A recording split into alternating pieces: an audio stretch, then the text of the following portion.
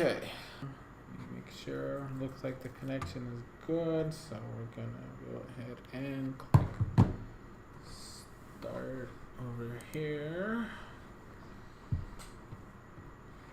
Pretty sure we should be going live in about a couple seconds. As soon as I get the notification, I know it's officially started, so make sure. I'm waiting for the alert to kick off, but I'm pretty sure we started officially. Yep, there it is. Okay, and where's my chat? I have my chat over here. There we go.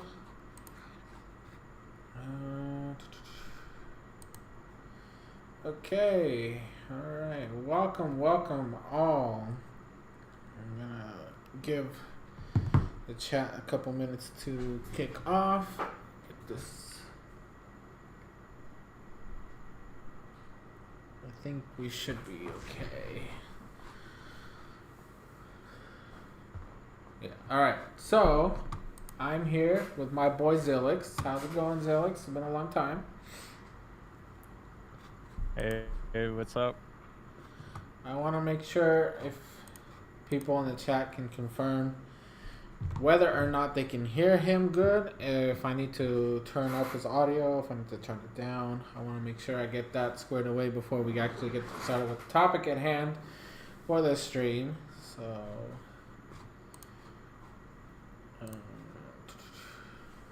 Hello, can I be heard? I hope so.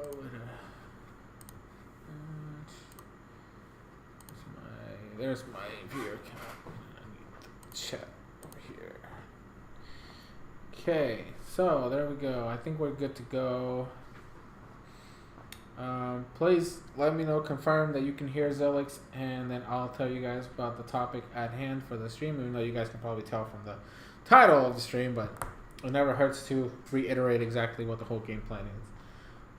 So please let me know in the chat whether he sounds good, whether I need to tone him up, tone him down, and all that stuff. So, go ahead and again,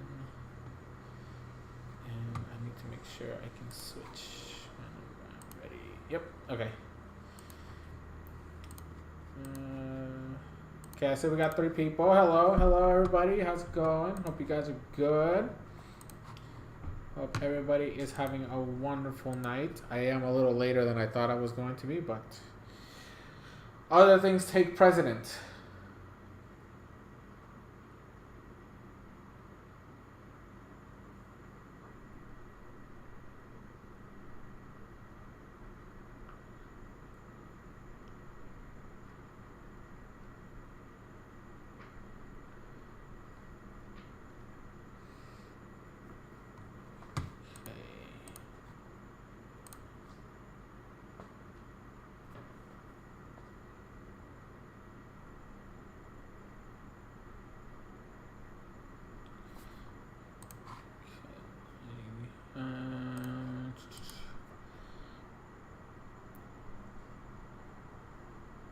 Alright, can you talk again, Zillix? I want to make sure that when they start hearing you, that they can tell whether or not you sound good. Or again, do another test.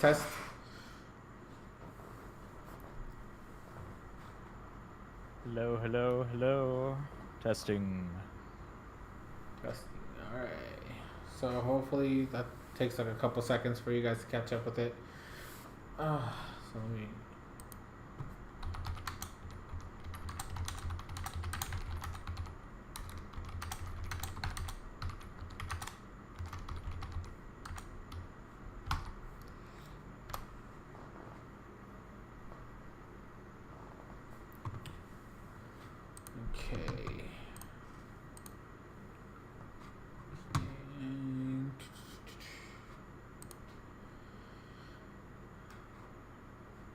Okay, I think we're just gonna start. I did mention in the chat so that once hopefully people start. I mean, I have what? Let's see. I'm at 4 viewers, which is really good to start.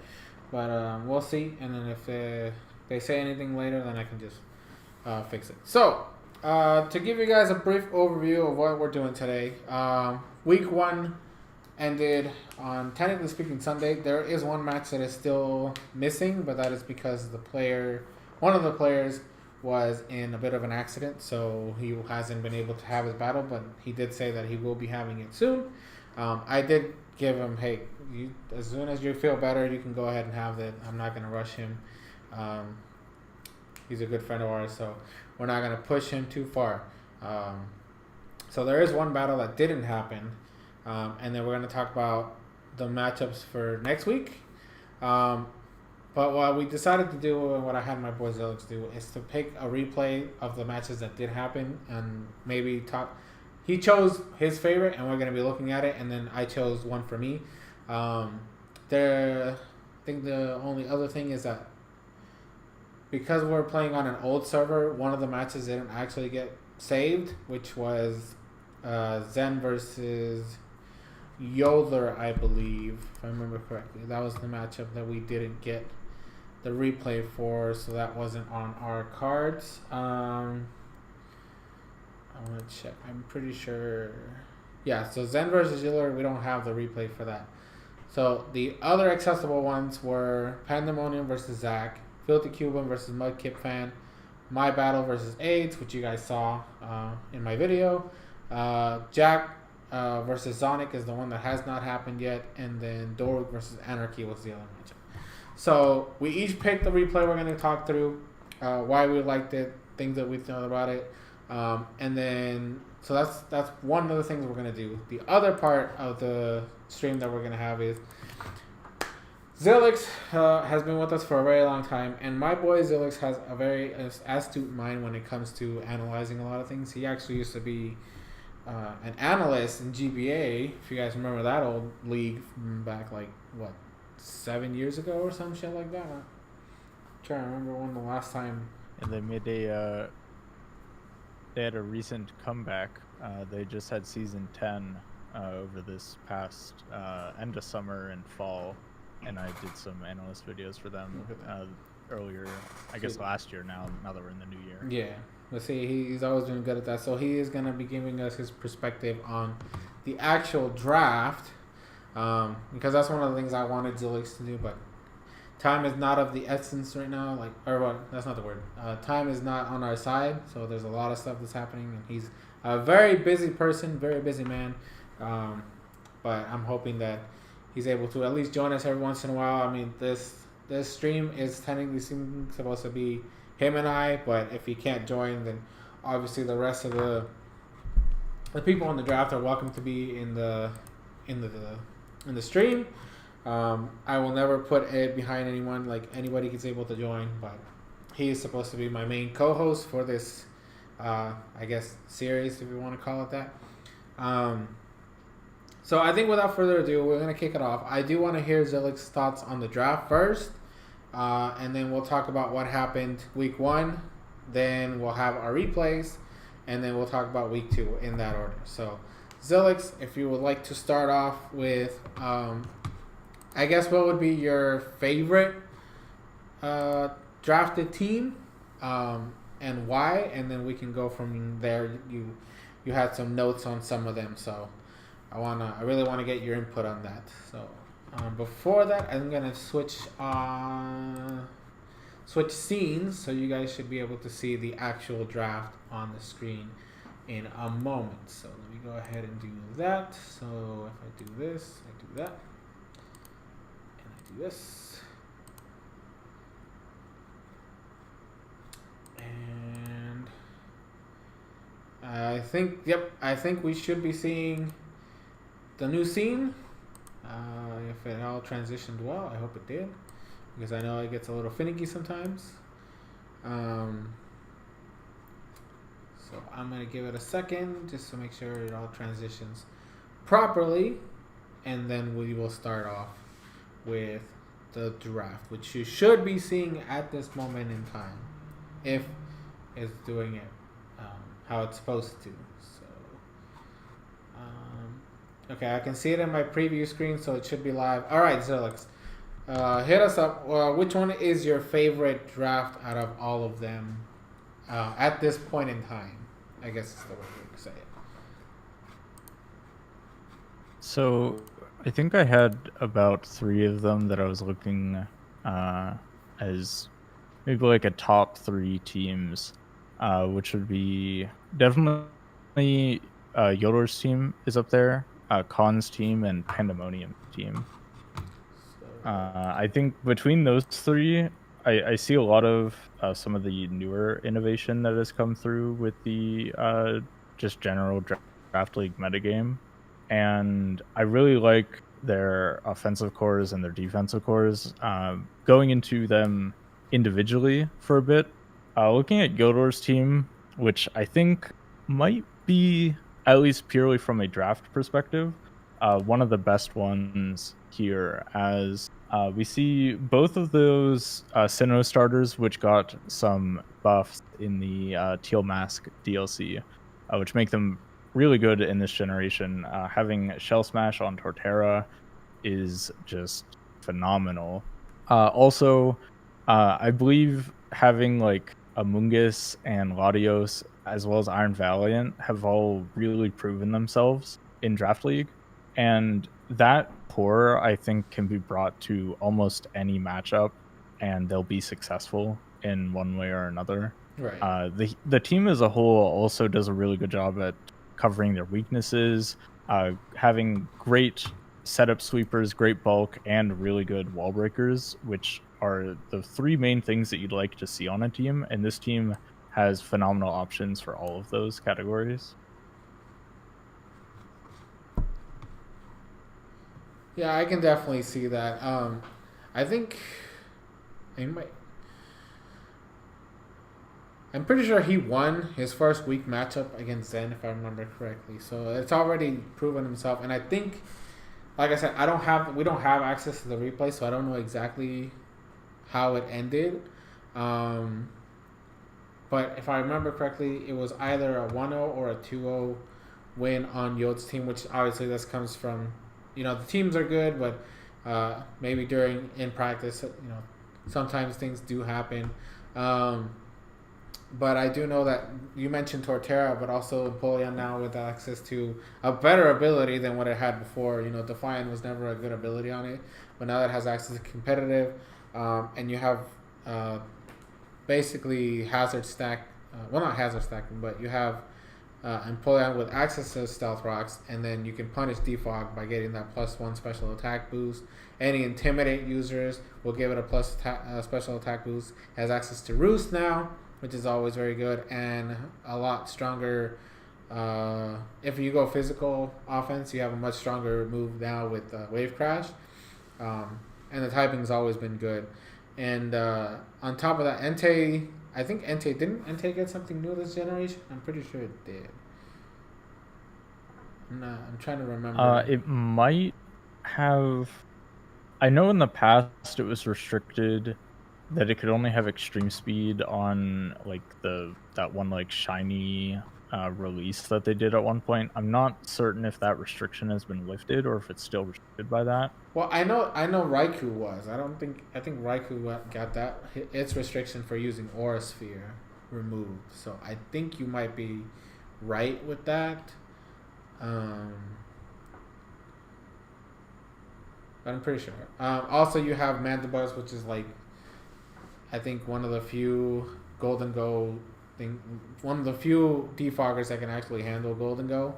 I know that we only get one per draft because this isn't the ladder, but having that be a way to essentially stop whoever drafted, which I think it was Mudkip fan who drafted Golden Go.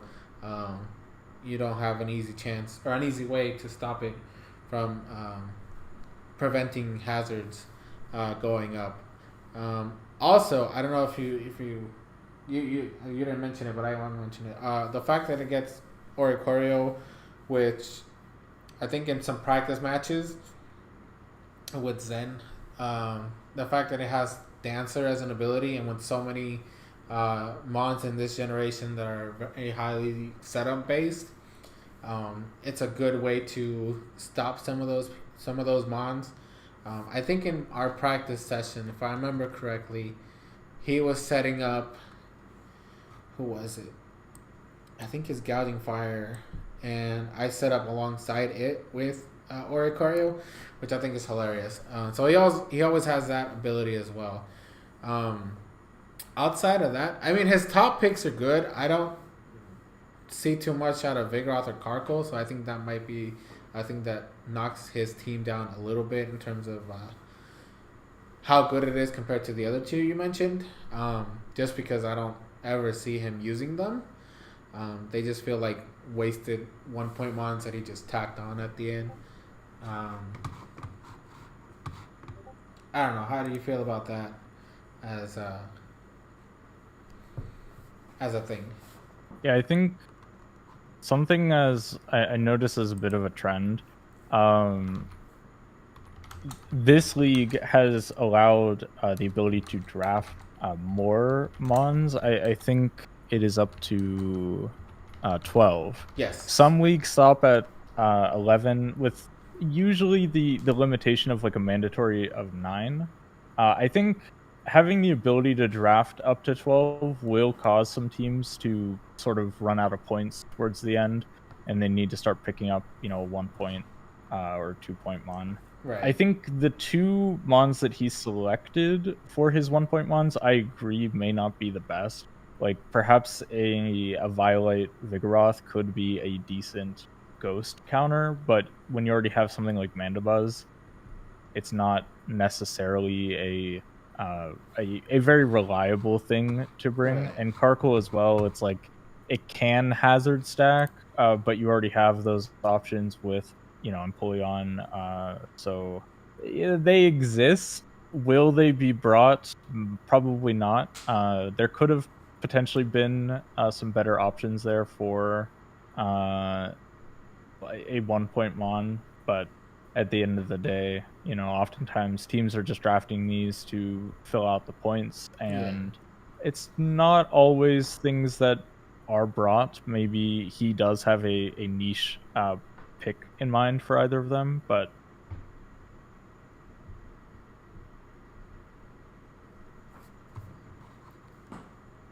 yeah, I can definitely see that. And then you mentioned Pandemonium and Khan. Who's the next one you would like to talk about?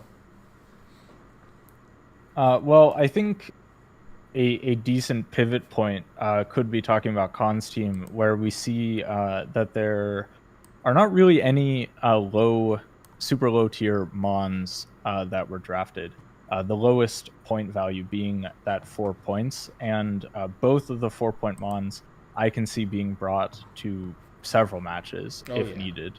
I think that there's not really a single bad pick on this draft. The team and type synergy is really good. Qian Pao being one of the best Pokemon introduced in the Scarlet Violet for Draft League, as well as Great Tusk being one of the best offensive mons, can also be ran offensively.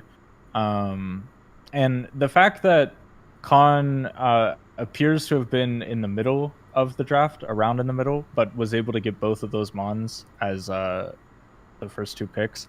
Really, really lucky to be able to get those because there's a very threatening fantasy core, the Fairy Dragon Steel, very strong backbone of a Firewater Grass core, strong hazard stack, strong hazard clear. Hazard removal preventer with Dusknoir as well. Yes. Being able to block Rapid Spin, and also having one of the best Rapid Spinners with Great Tusk, because as soon as that Rapid Spin is set up, not only are the hazards clear, but you now have to deal with this monster that has +1 speed and really great offensive moves. Ice Spinner, Headlong Rush, Close Combat, being able to utilize Eject Pack as well, because this team is missing a little bit of pivoting. There's not a wide array of like U-turn, Volt Switch mons. There's a few, like I think Fortress can give Volt Switch, but having like an Eject Pack on Great Tusk can be really good. Does Clawitzer get Flip Turn? I don't think it does, right? I'm not actually certain about that. might have gotten it, but I really don't know.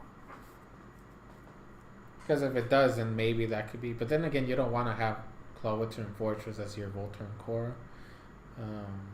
Exactly, yeah. Both of them are slow, which can be useful in some situations if you want to take a hit and then switch out into an offensive threat. That's more so the case for Fortress. Clawitzer, you'd probably rather avoid taking hits. Yeah. I also want to bring up that he also picked up Embor before, I think before the knowledge of a lot of the boosts it got. Or maybe he didn't realize all the boosts it got. But I think, if I remember correctly, it has access to close combat now, which is much better than its prior which is huge. Physical fighting stab, which was superpower. Now you can actually spam your stab moves, which is huge, especially for a mon as strong as Embor is. Also, I don't know if you noticed, but he, technically speaking, can run a semi trick room build with this team that he has. Some of his like strong offensive mons, or not necessarily strong offensive, but that are slow and can hit relatively hard. You know, you have Florges, Raging Bolt, Embor, and Trick Room is very, very scary. Iron Leaves is fast. I don't think that one counts. But he can, like... Iron Leaves is pretty fast, but Tinkaton can be slow if you don't put a lot of speed investment into it. And it can definitely hit really hard. And just being a bulky mon in general, Tinkaton, I think, will be a great defensive pivot. Because even though the team may lack a bit in, like, a Volturn combo...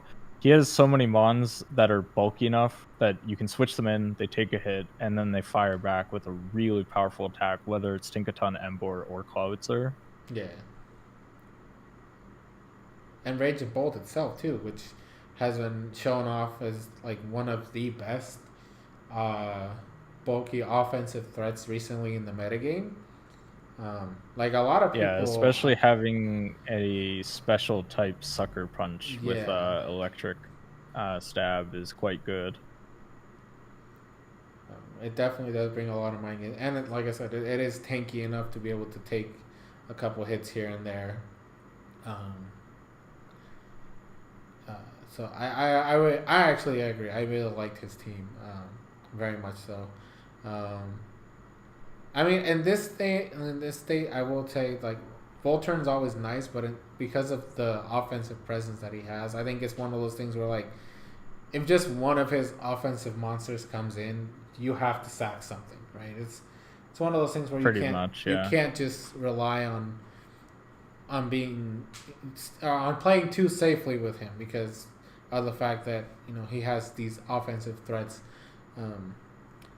The one thing I will say is that I do wish I saw, besides Raging Bolt, most of his mons are physical attackers. So I kind of wish he had some special offenses just in case he faces somebody with very strong physical walls. Because I think that literally it's just Raging Bolt as his special offense. Well, he does have a pretty powerful wall breaker with Clawitzer, but Clawitzer can be a little one-dimensional. You pretty much always know which moves it's going to be running, but it can definitely do a number to a lot of physically defensive mons. But overall, it's a really good pick. I mean, just the Great Touch Chimpa stuff. That's one of the scariest things that I just. When I saw him get both of them, I was like, no, that's too much. Yeah.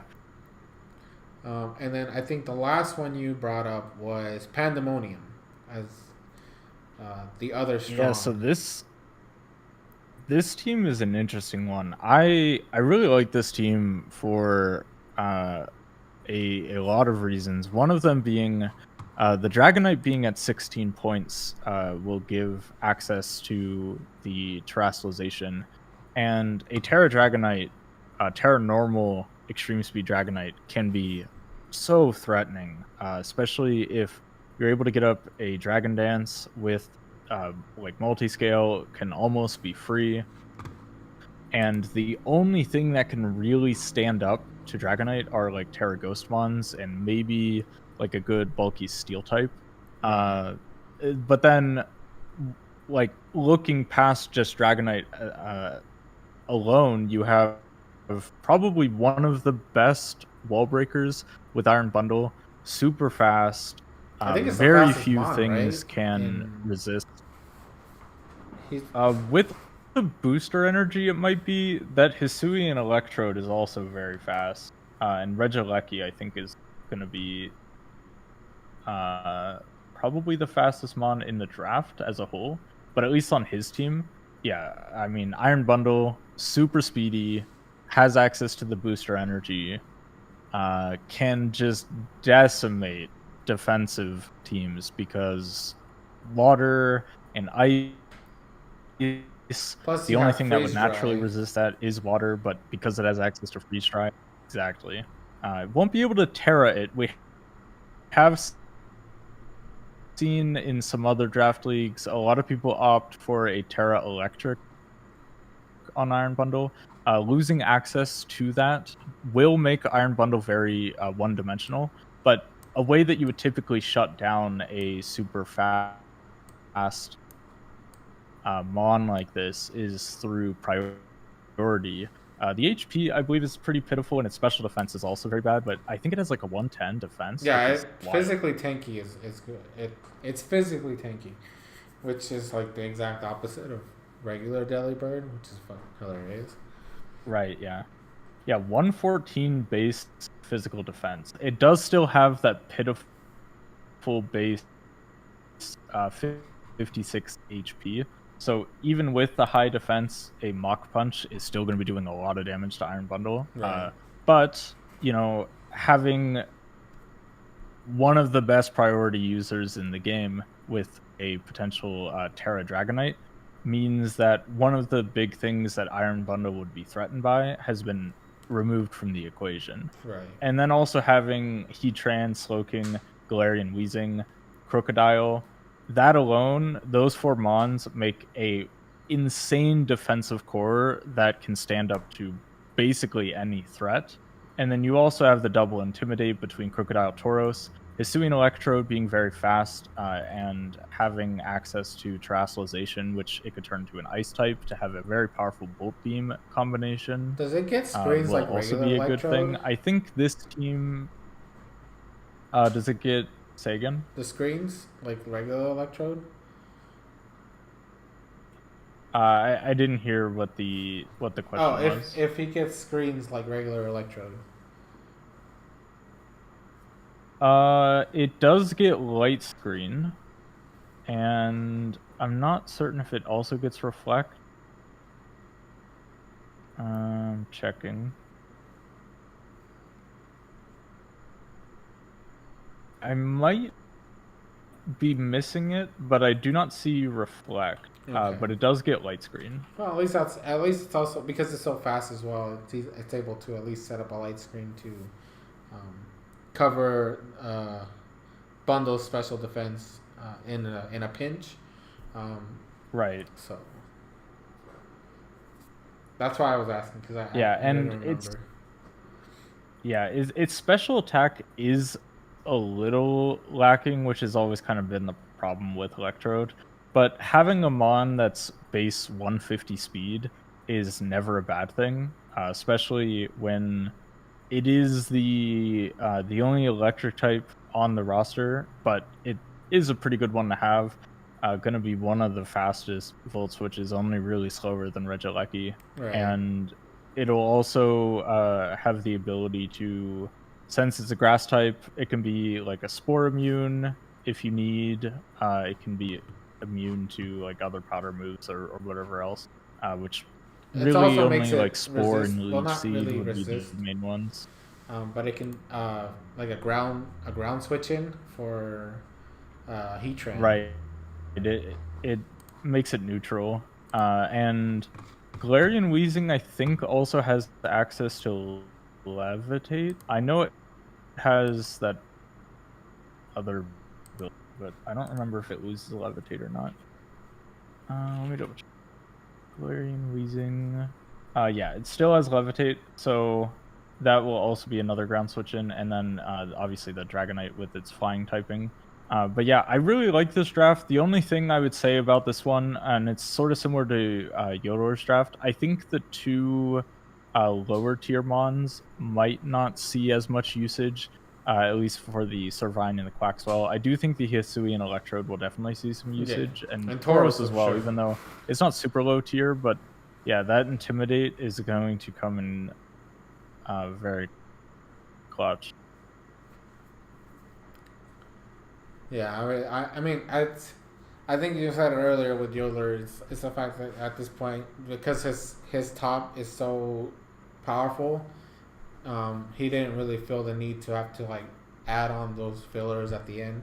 He just picked two random middle stage evolutions because at the end of the day, like his top half is so heavy and so strong that he doesn't really need too much in the bottom. So, Right. Either way, Quaxwell, does it get Aqua Step? I'm pretty sure it does. Because, I mean, you'd still technically do something because it does get Moxie just like Quick Wave. So, it can potentially do something. I don't know. It does not get Aqua Step. Because I believe all of the signature moves, they do not get access to them until they evolve. Oh, okay. But it will get access to Rapid Spin and also Aqua Jet.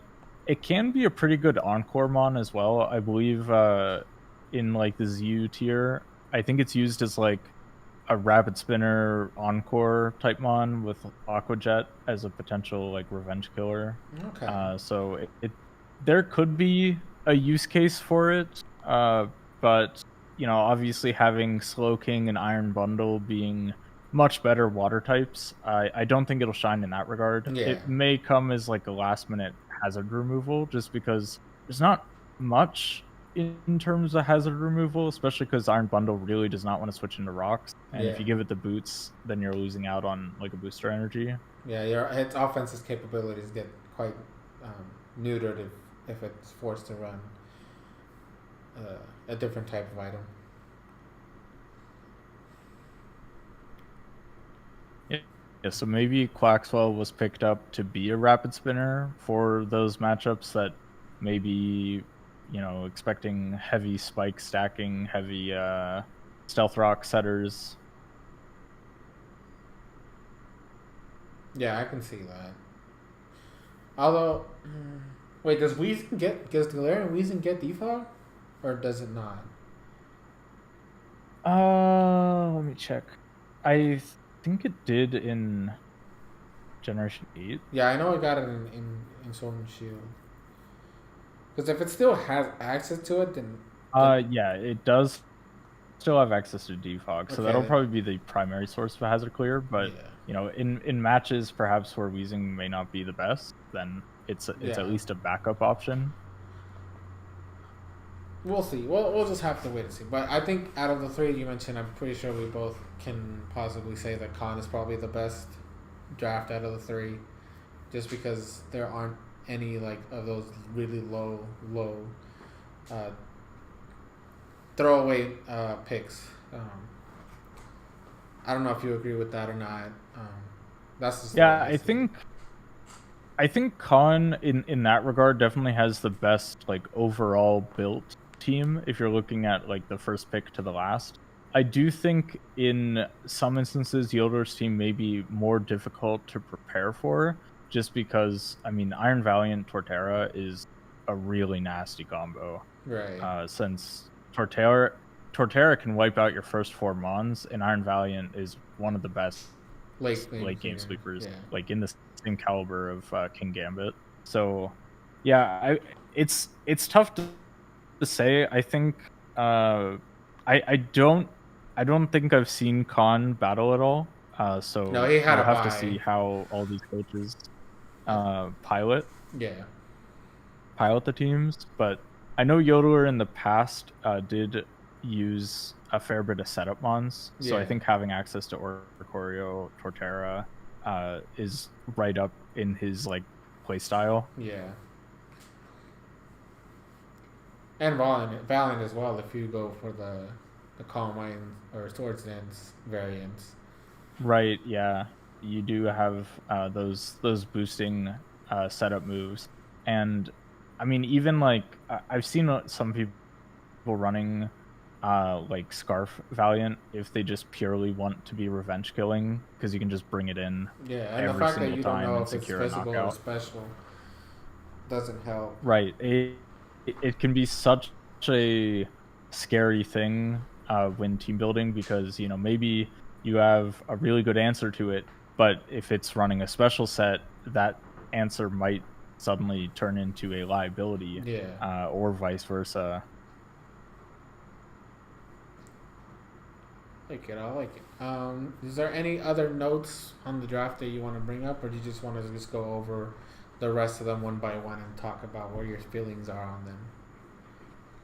Yeah, I mean, I have a few things written down for pretty much all the teams.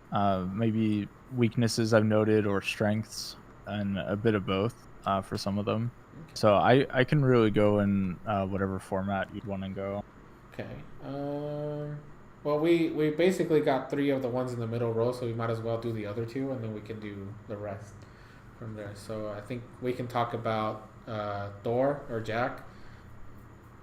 He's the Dragapult and Amorous Corviknight team, if that helps you remember. Yeah, so for this one, I think Dragapult and Corviknight are a really tried and true core in Draft League.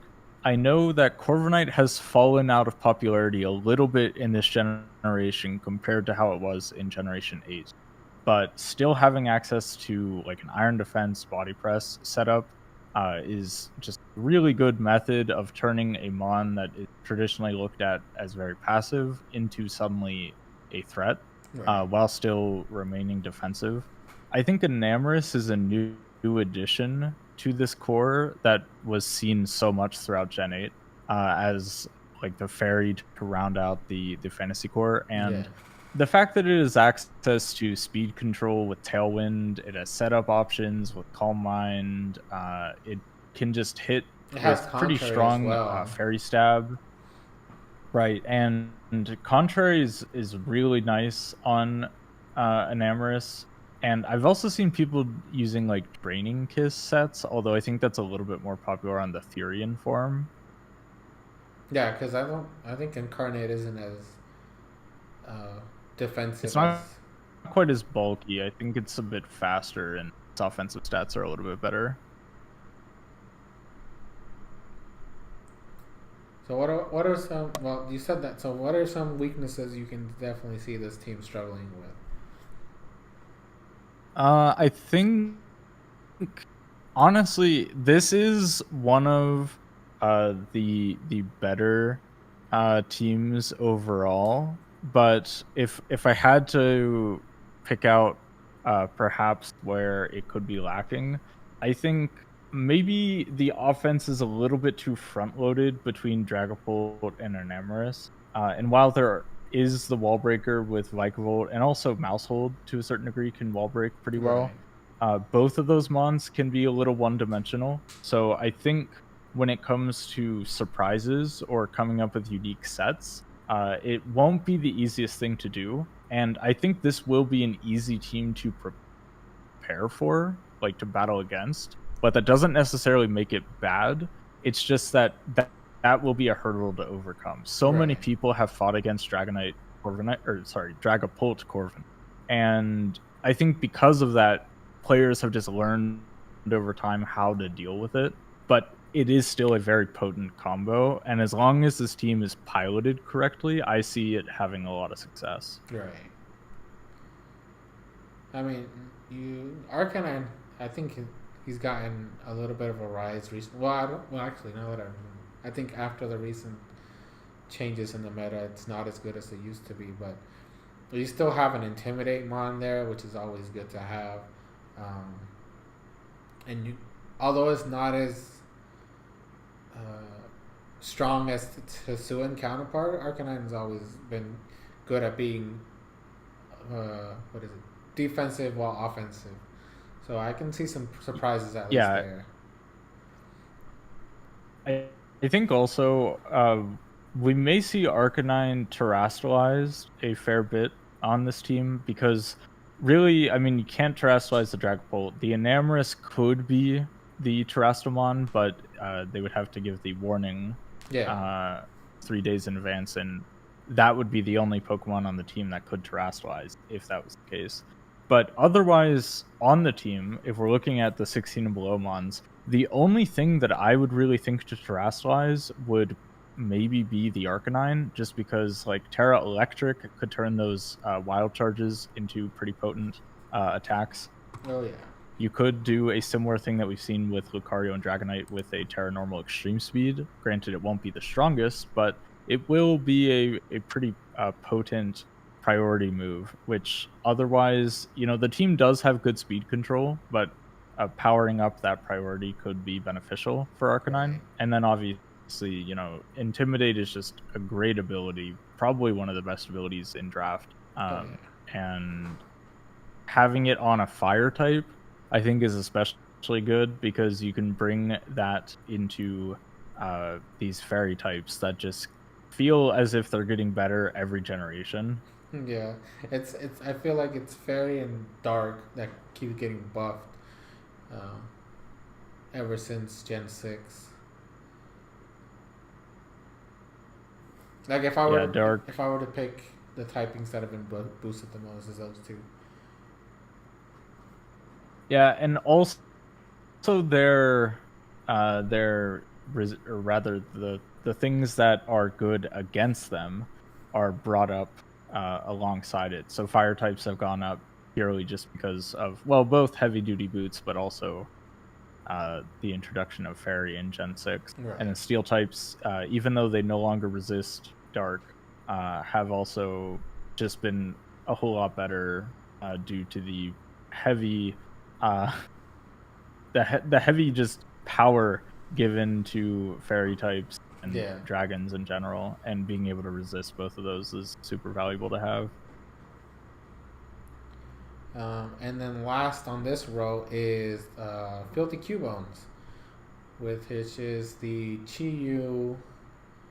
The Chi-Yu team at this point. That's literally the only way I see it. Like, don't get me wrong, Salamence is always busted, but I literally just see his team as the Chi-Yu team.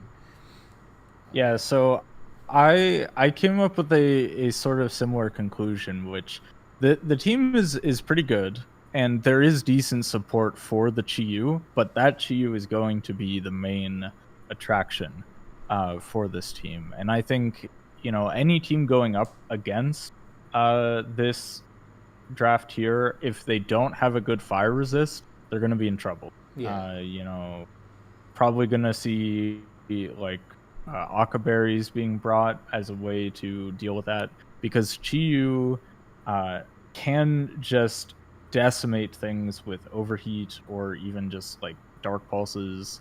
And I do think one interesting point with this draft is most of the defensive mons, so like Salamence, Tentacruel, Donphan, none of them, even like Magneton as well, none of them are particularly passive, which I think will help, lift some of that offensive burden away from Chi-Yu. Right. Because these are bulky mons that they can come into the battle, they can take hits and fire back for 30-40% damage and get things in the range that they need to be for the Chi-Yu to just come in and clean up. Yeah, come in at the late game. I can see that. Salamence has always been very good. It's a good Intimidate mon. I don't know if it lost anything in the transition over to Scarlet Violet, but I think it still has the same tools it's always had. And it also helps that if I remember correctly, it still has access to Wish, which we all know how much recovery has been nerfed to hell in Scarlet and Violet, but Wish still has good viability. So it can also be a supportive mon in that sense. I think the only thing I see my only issue with when you bring up Magneton is that I don't see a lot of synergy with Chiyu, besides the fact, or not even besides the fact, it's because of the fact that they share weaknesses, um, which doesn't help, and it's not like Chiyu really needs Magneton's, I guess, support for the things that Magneton is usually used for trapping, because Chiyu can just smolder everything down that Magneton would ever, need to handle. So I think that's like that's the one thing. Like and he's even mentioned that some of his other lower tier mons are things that he's probably never going to use. Like I don't really see too much for Illumise. Sceptile, I don't think has anything new this gen. Don't get me wrong, I love my boy Sceptile, but I don't think that there's anything that it can do particularly well nowadays.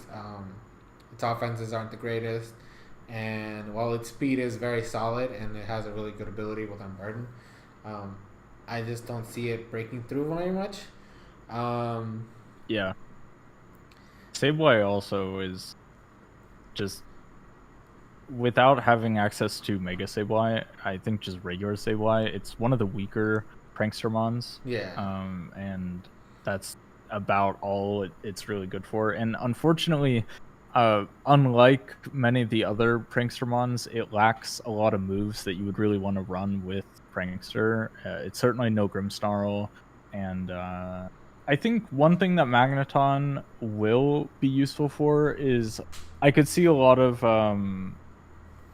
like Thunderwave use cases where a lot of the mons on this team are just not quite fast enough. I mean, you do have like Ambipom and also Sceptile, which can have access to incredible speed. Right. But with Thunderwave getting spread around, suddenly Salamence now becomes a incredibly threatening mon, especially if there's like a Moxie set or even Dragon Dance. Right. Which, yeah, I mean, will it be only the Chiyu show? We'll have to see. But I mean, Chiyu is just crazy mon, so we'll see how well it can carry. And I mean, you can't really knock Clefable, Tentacruel, and Donphan. They're all pretty solid mons as well.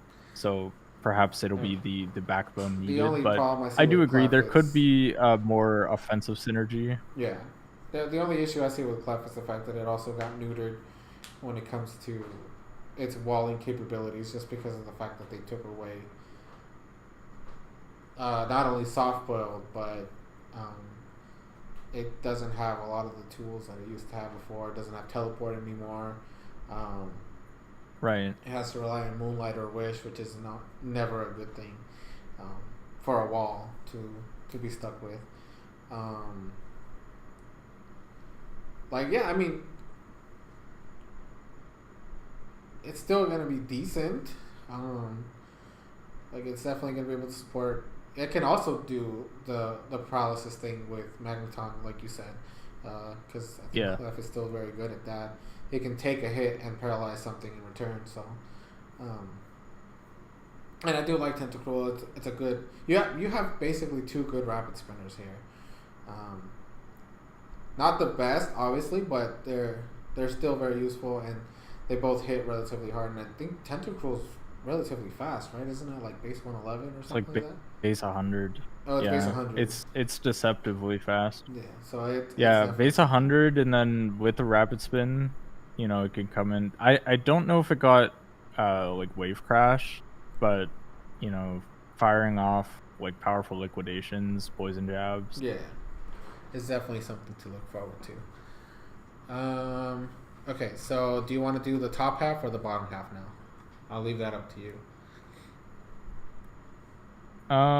We can do the bottom half since there's just 3 teams there, and then we can round it off with the rest of the teams up on top. So then, first off, it's AIDS, which is the Sneasler Rillaboom team. So this team, I have this one kind of in like the middle as far as my mental notes go. I think it is a pretty good team. Sneasler is a really good mon, especially in draft format.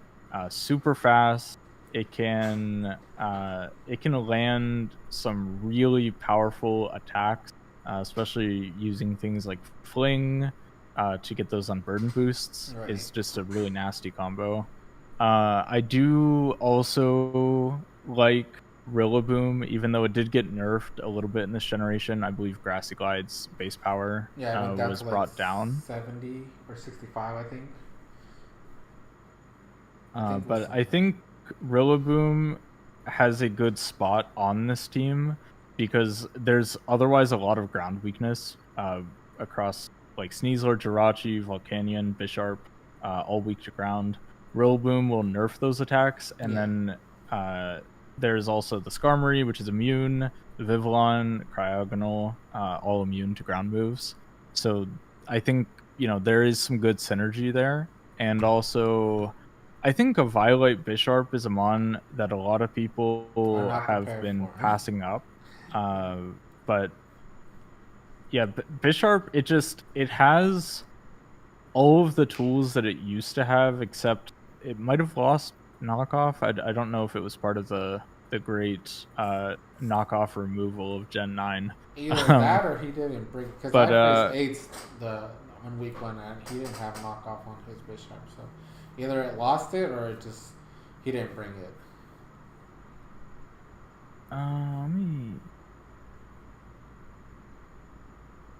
It might have. Yeah, it did lose knockoff, but still a Defiant Mon that can now run a Violet, which it has pretty good typing offensively and a ton of resistances, even though it does have, and base 100 defense and 70 special defense, which with the Violet makes it really potent as a defensive mon. And because many mons did lose knockoff, it does increase the value of a Violet across both the Bisharp and the Chansey, which are 2 mons on this team that are likely going to be running that item.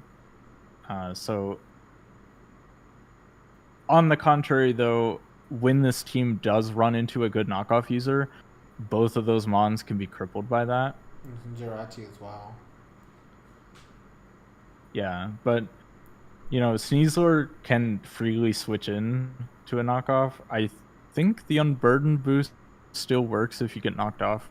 Maybe it doesn't, though. I'd have to check, but I think you might be right. Yet even then, you put Rillaboom out there, switch this in, get the defense boost, and now it doesn't matter if you go for knockoff or not. Yeah, but Grassy Seed. Yeah. Also, Volcanion is deceptively bulky too. I know people have forgotten about that. I had a Sun team earlier this generation, as soon as Home came out, and I had Volcanion on the team, and it was just such a good mon to have. In the Sun, it can use things like Solar Beam freely. Yeah. This team obviously doesn't have great sun access, but through terrestrialization, I've seen a lot of people terrestrializing Volcanion into a grass type, just because it can resist some of the things that it would normally be weak to, like ground. And I do agree. I think it's a really good mon. It shuts down fairy and steel types very well, and water types and too. It doesn't really have too many. Right, and it doesn't really have too many immediate issues, especially because this team helps cover a lot of the areas that it wouldn't be able to wall very well. And you can also run a flame charge set, and suddenly it can turn into a very threatening mon. I do want to bring this up because I don't know if we're talking about weaknesses yet, but I do think that AIDS does have a really big electric weakness in this team. He doesn't have a single way to deal with electric types besides terrestrialization. But I don't know if you want to run Terra Ground on anything. Looking at his team, so that might be the only thing that might be like a knock against this. On top of the fact that he does have 2 low tier mons that probably won't be used much. Like I don't really see too much of Cryogonal and Ferret doing anything. Vivillon maybe, just because Quiver Dance is always busted, and then you have access to Sleep Powder to put something down.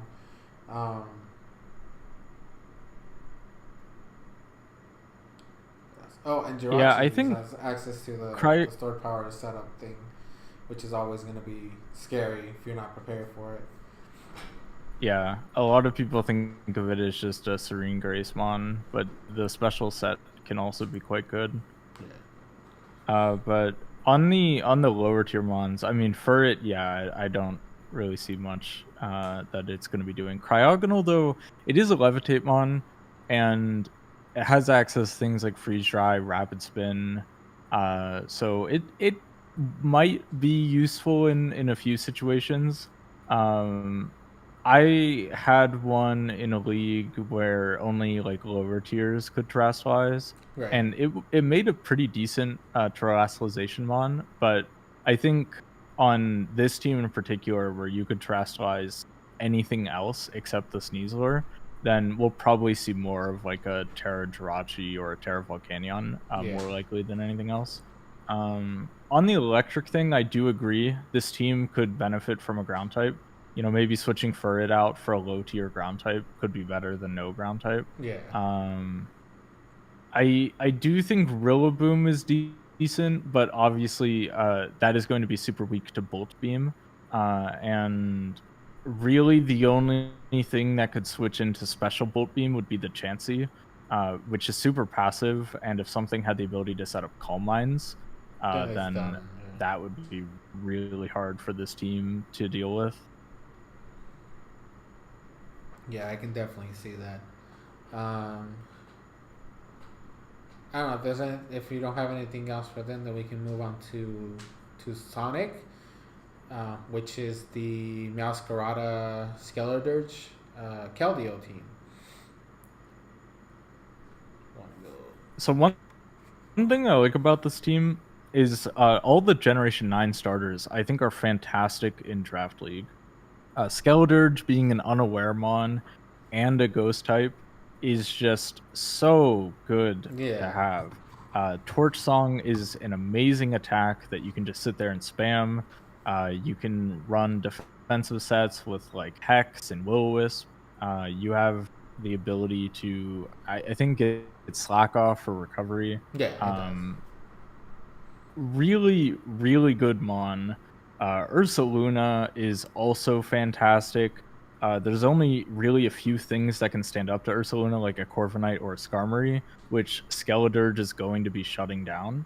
And I think the fact that Ursaluna is typically ran with a Flame Orb means that this is going to be a great status absorber, because one of the ways that you can shut down an unaware mon is by poisoning it or paralyzing it or putting it to sleep.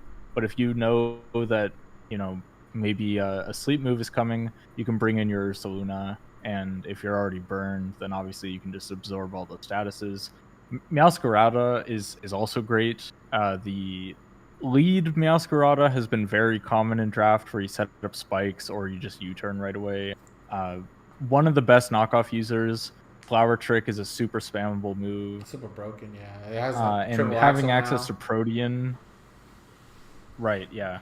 Having access to Protean as an ability to means that even though this Meowscarada won't be able to be terastallized, its type still can change if you ever need to for like a defensive reason.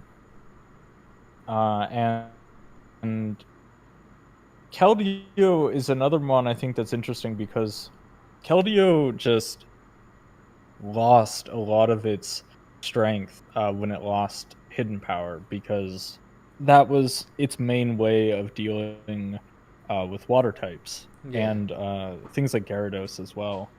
But now that it can terastallize, suddenly a Calm Mind Keldeo is once again very threatening, because having access to 3 different stab moves that could be all super Water spammable and fighting super electric. powerful means that Keldeo is a big threat.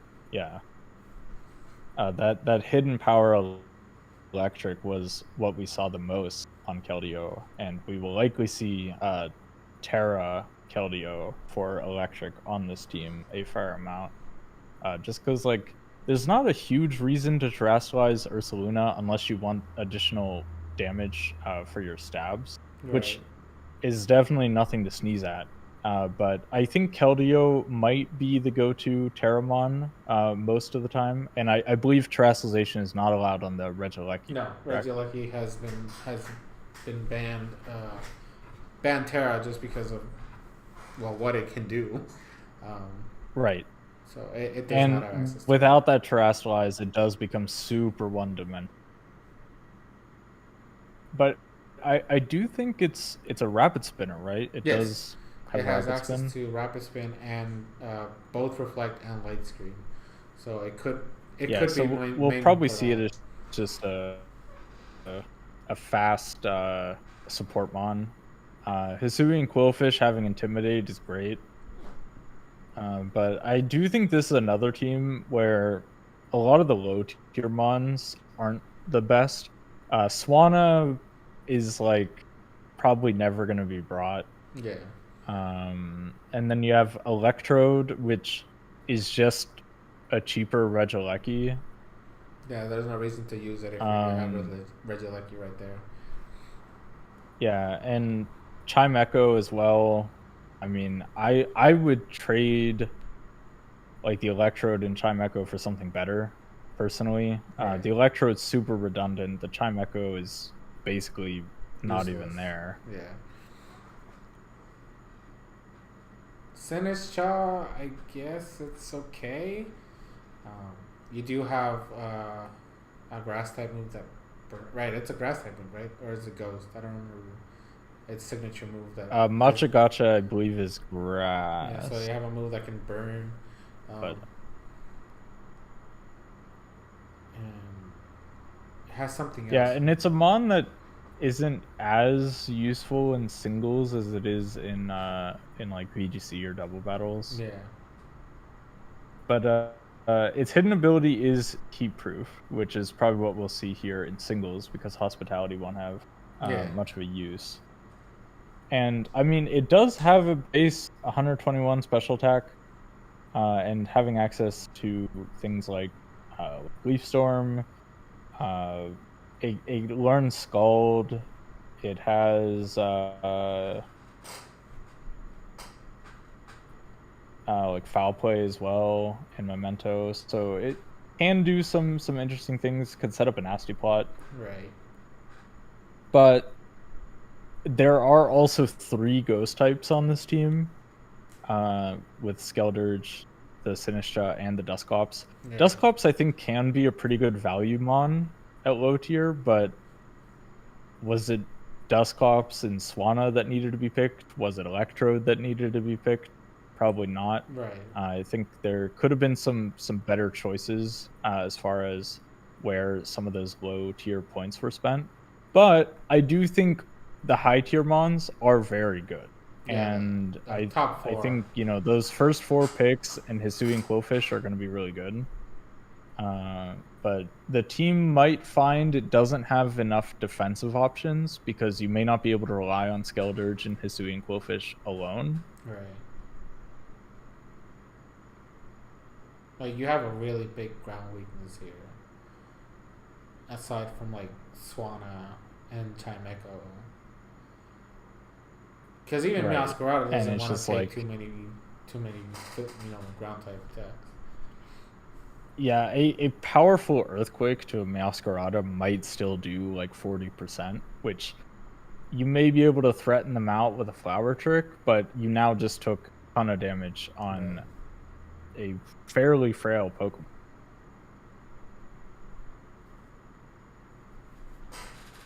So yeah,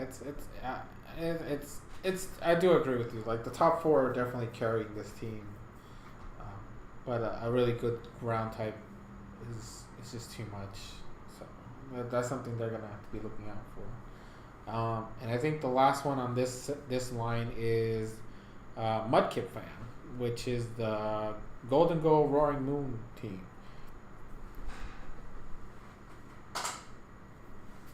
And I say that because those are the two most starting mods.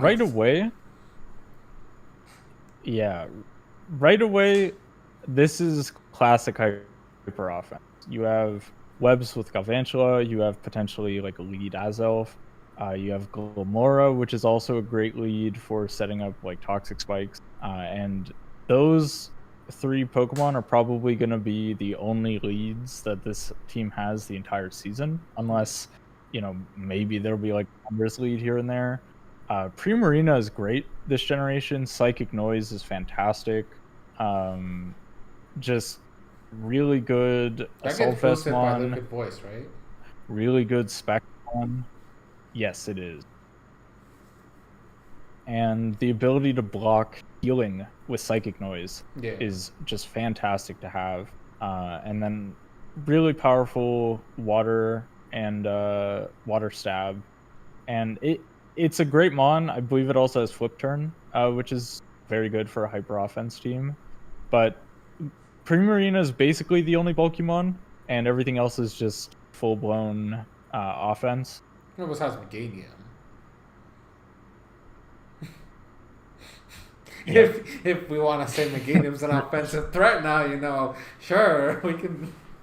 If we want to talk about low tier defense, there is the Gligar, which honestly isn't horrible. Yeah. But this team, if it doesn't beat you up in the first 20 turns, then they've probably lost.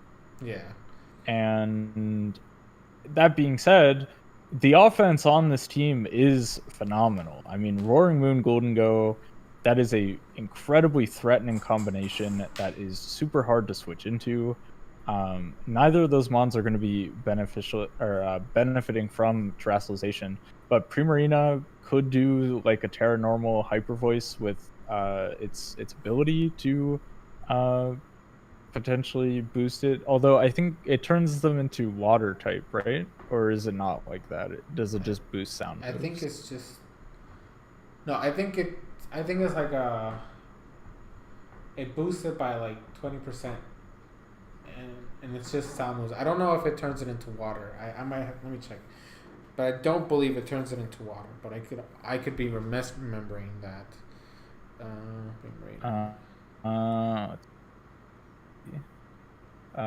Turn sound-based moves into water type. Okay, so yeah. It would work on things like Psychic Noise, and so yeah, you wouldn't have to Terra into normal for that. But yeah, I mean, it's a good mon. Glamora, I think, is also a pretty good mon.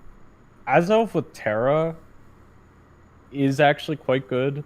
There's a lot of coverage there, so you can have some pretty potent options.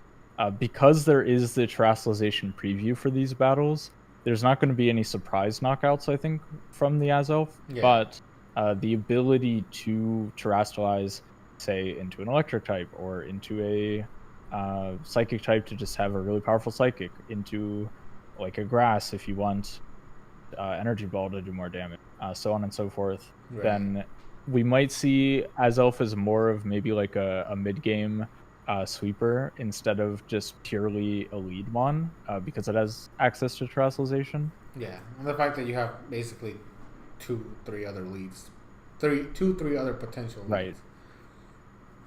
That you don't have and I think Thunderous will also see with Terra Ice a fair amount, maybe even Terra Flying as well, to give it a much needed powerful flying move. Right.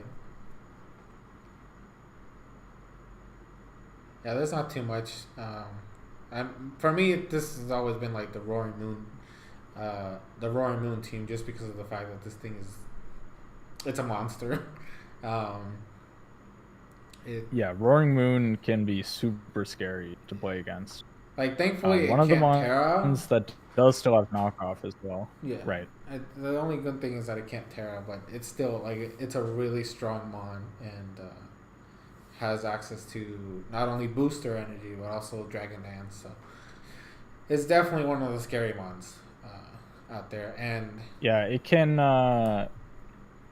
jaw lock as well to prevent like a Sylveon from going for like a hyper voice, which is something I pulled off in a league, which is funny to see things like that happen. Yeah, it's a really or solid throat team. chop, I believe. Yeah, I think it's throat chop. That's what it is. But it's a definitely like a really heavy offensive team. So. And even Glamora, now that I think about it, like it's not just the lead. Like you can use it offensively too. Has a really decent special attack. It does suffer from.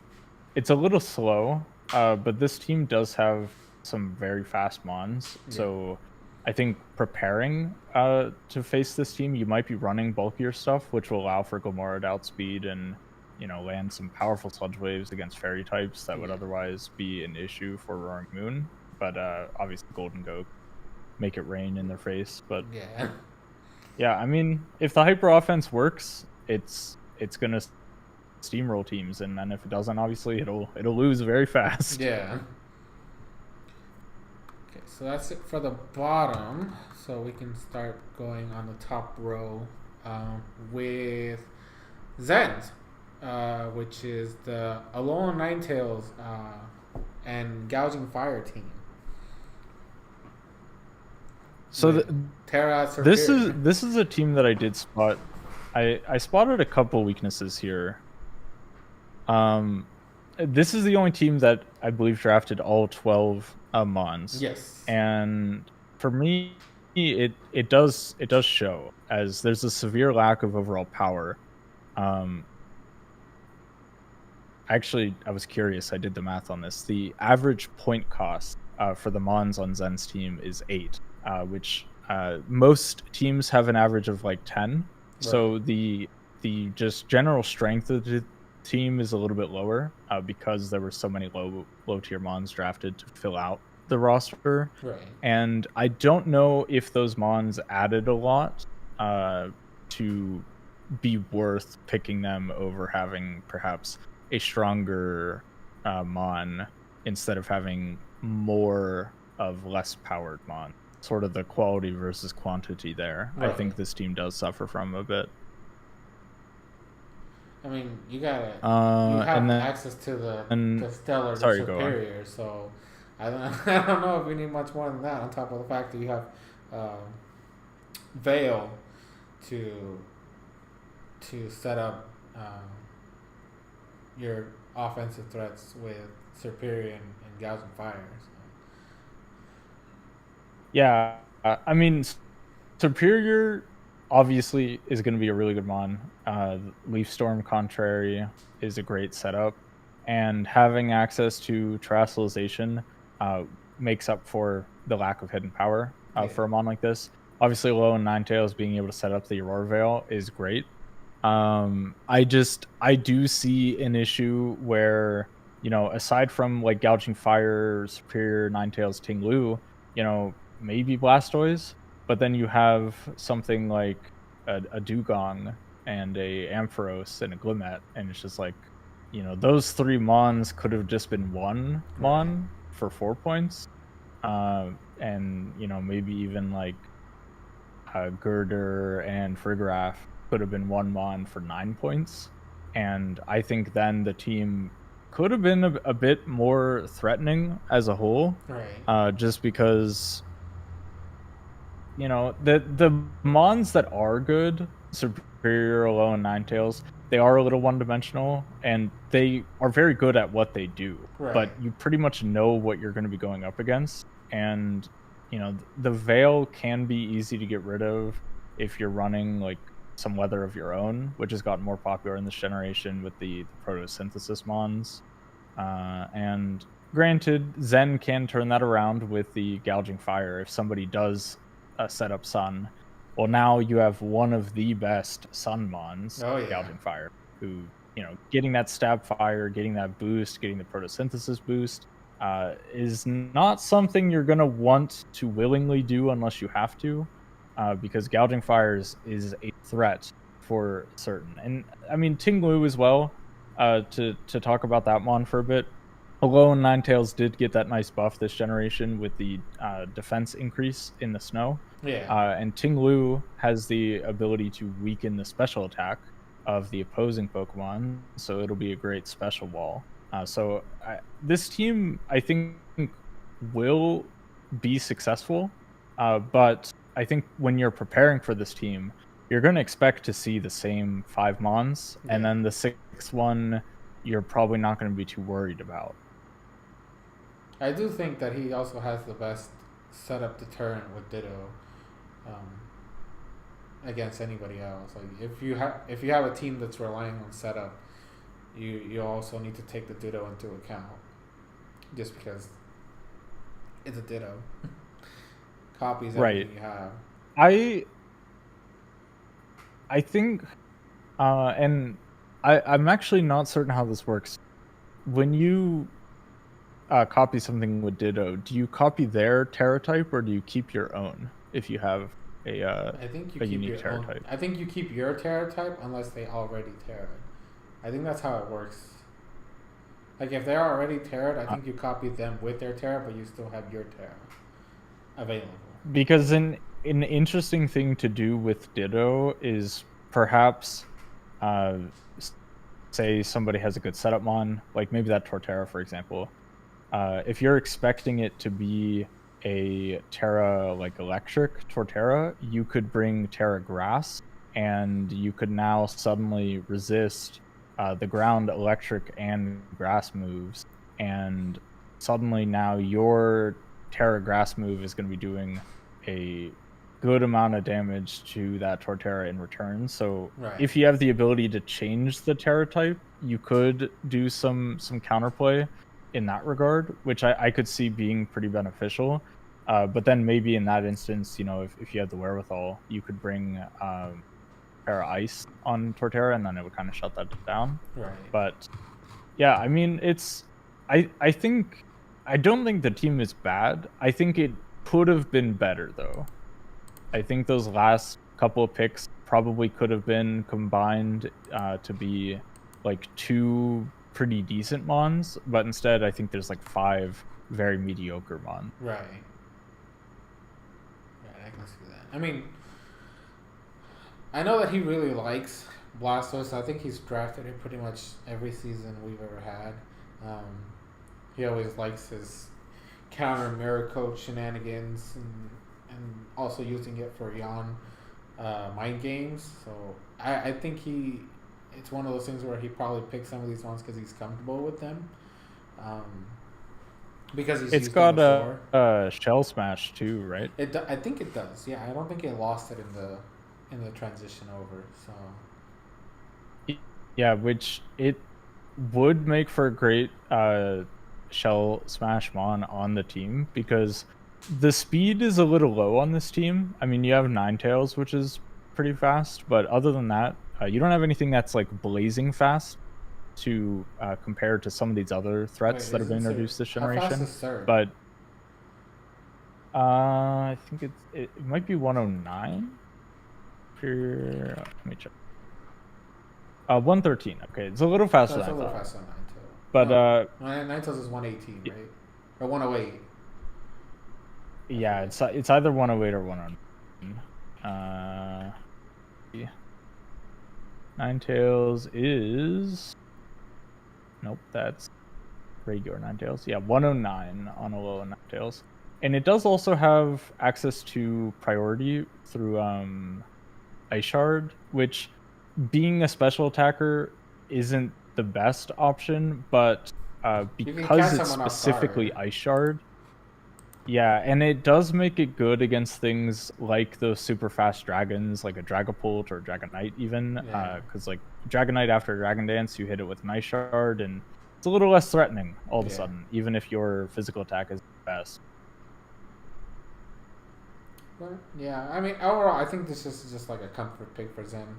I think the only thing is that, as you mentioned, though, the whole changing weather you have to be careful with, just because of the fact that if you do anything, um, like if you do anything stun related, you are putting yourself at risk of the gouging fire, which is like one of the most busted mons this gen. Um, it's so freaking tanky too. Like you wouldn't not expect it to be super bulky, that bulky, and that strong at the same time. So. Well, and also, if someone's trying to clear the snow by setting up rain, Blastoise does have Rain Dish, which can make that mon even bulkier with the extra recovery each turn. And then you're weakening the fire weakness on Superior and. Yeah. Wait, doesn't Dugong get hydration too? I mean, I don't think he's gonna be bringing it for a tactic like that, but if Dugong really has hydration. Might. Yeah, so there could be like Rain Dance Blastoise with Hydration Dugong, but I mean it would still be a Dugong. So. Yeah. Okay, so we're done with Zen. Now it's time for you to rip through shed my team, which is what's next. So, looking at your team, I do like Garganical. I think Garganical is such a good mon. Oh yeah. And you do have access to Terrasilize it, which, you know, like a lot of people were saying, oh, my favorite water type this generation is Garganical, because everyone was running Parawater with Curse. Salt Cure, such a good attack, and its ability is amazing as well. That's a busted move. I mean, it's literally a status effect. It's not even, because like before I started playing Gen 9 seriously, I thought it was like the old trapping moves like Fire Spin, Whirlpool, and shit like that. But when I learned it's actually considered a status move, to like you can switch out and they're still taking damage, and it hits water types and steel types super effectively. I was like, this move is really strong. Right, and I think, you know, looking at your team, aside from like Typhlosion, steel types can be an issue because you have a lot of steel types of your own. Right. But that Salt Cure will help, like whittling them down, especially because there's a lot of bulky steels flying around. But speaking of bulky steels, I think you might have forgotten that ground is a type. Yes. Because you have, I think, like 8 ground weak. I have a lot of ground on your team. And you do have Murkrow, which, I mean, that'll be an immunity. I gotta make a note. I think the ground weakness is. I didn't want Murkrow. I only got Murkrow because in my testing I was like, setup screws me over. I needed Haze and I didn't have too many points, and Zen just said, "Hey, pick up Murkrow for tier 1 point and go from there." I'm not hating on Murkrow because it is a ground immune. You can Eviolite it. It's got Prankster. You can do Tailwind. You know, it is a good mon in that regard, especially for 1 point. But I think the ground weakness as a whole on your team is going to be a tough thing to deal with. Now, obviously, every single mon on your team can Terrasilize. You don't have a single mon that's barred from doing that, unless Ogerpon is. No, Ogerpon gets its or is default. Ogerpon allowed to Terra? It gets its default Terra. So then, because of that, you will have a lot of options to bring, you know, either flying types or grass types for those resistances. And then Ogerpon does have its natural resistance to ground as well, which is good in that regard. I might see you bringing like Air Balloon on maybe something like a Registeel or on even Alolan Muck, even though usually I'd prefer to have like a Berry. But speaking on some of the good things, I think Ogerpon and Typhlosion are going to be breaking through a lot of teams, just because the things that will resist Ogerpon's attacks, Typhlosion can deal with, and vice versa. So I think in that regard, you're going to have some good options there. And you did also say that you were worried about setup, but you may be forgetting Screamtail does learn Encore, and it's super fast. So setting up like Calm Minds or something, you bring in Screamtail and you can just lock them in. Right. And because it's so fast, if they're going for Swords Dance or Encore, or Calm Mind or Nasty Plot, you can just lock them into that permanently, and you can throw up a wish to heal up your team. You can just sit there and spam like Dazzling Gleam or Psychic 1,000 times until they die, because Screamtail is unfortunately lacking in the offensive department. But really good fairy type, super fast, has access to that Encore, so that is another way you can shut down a setup.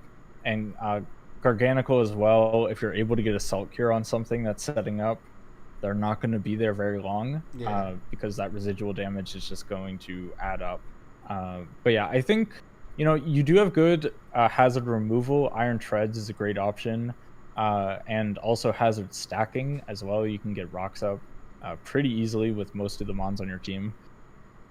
I would obviously just be looking out for those, ground weakness. There is also a bit of a fighting weakness, but you do at least have a ghost type and a 4x resist Screamtail.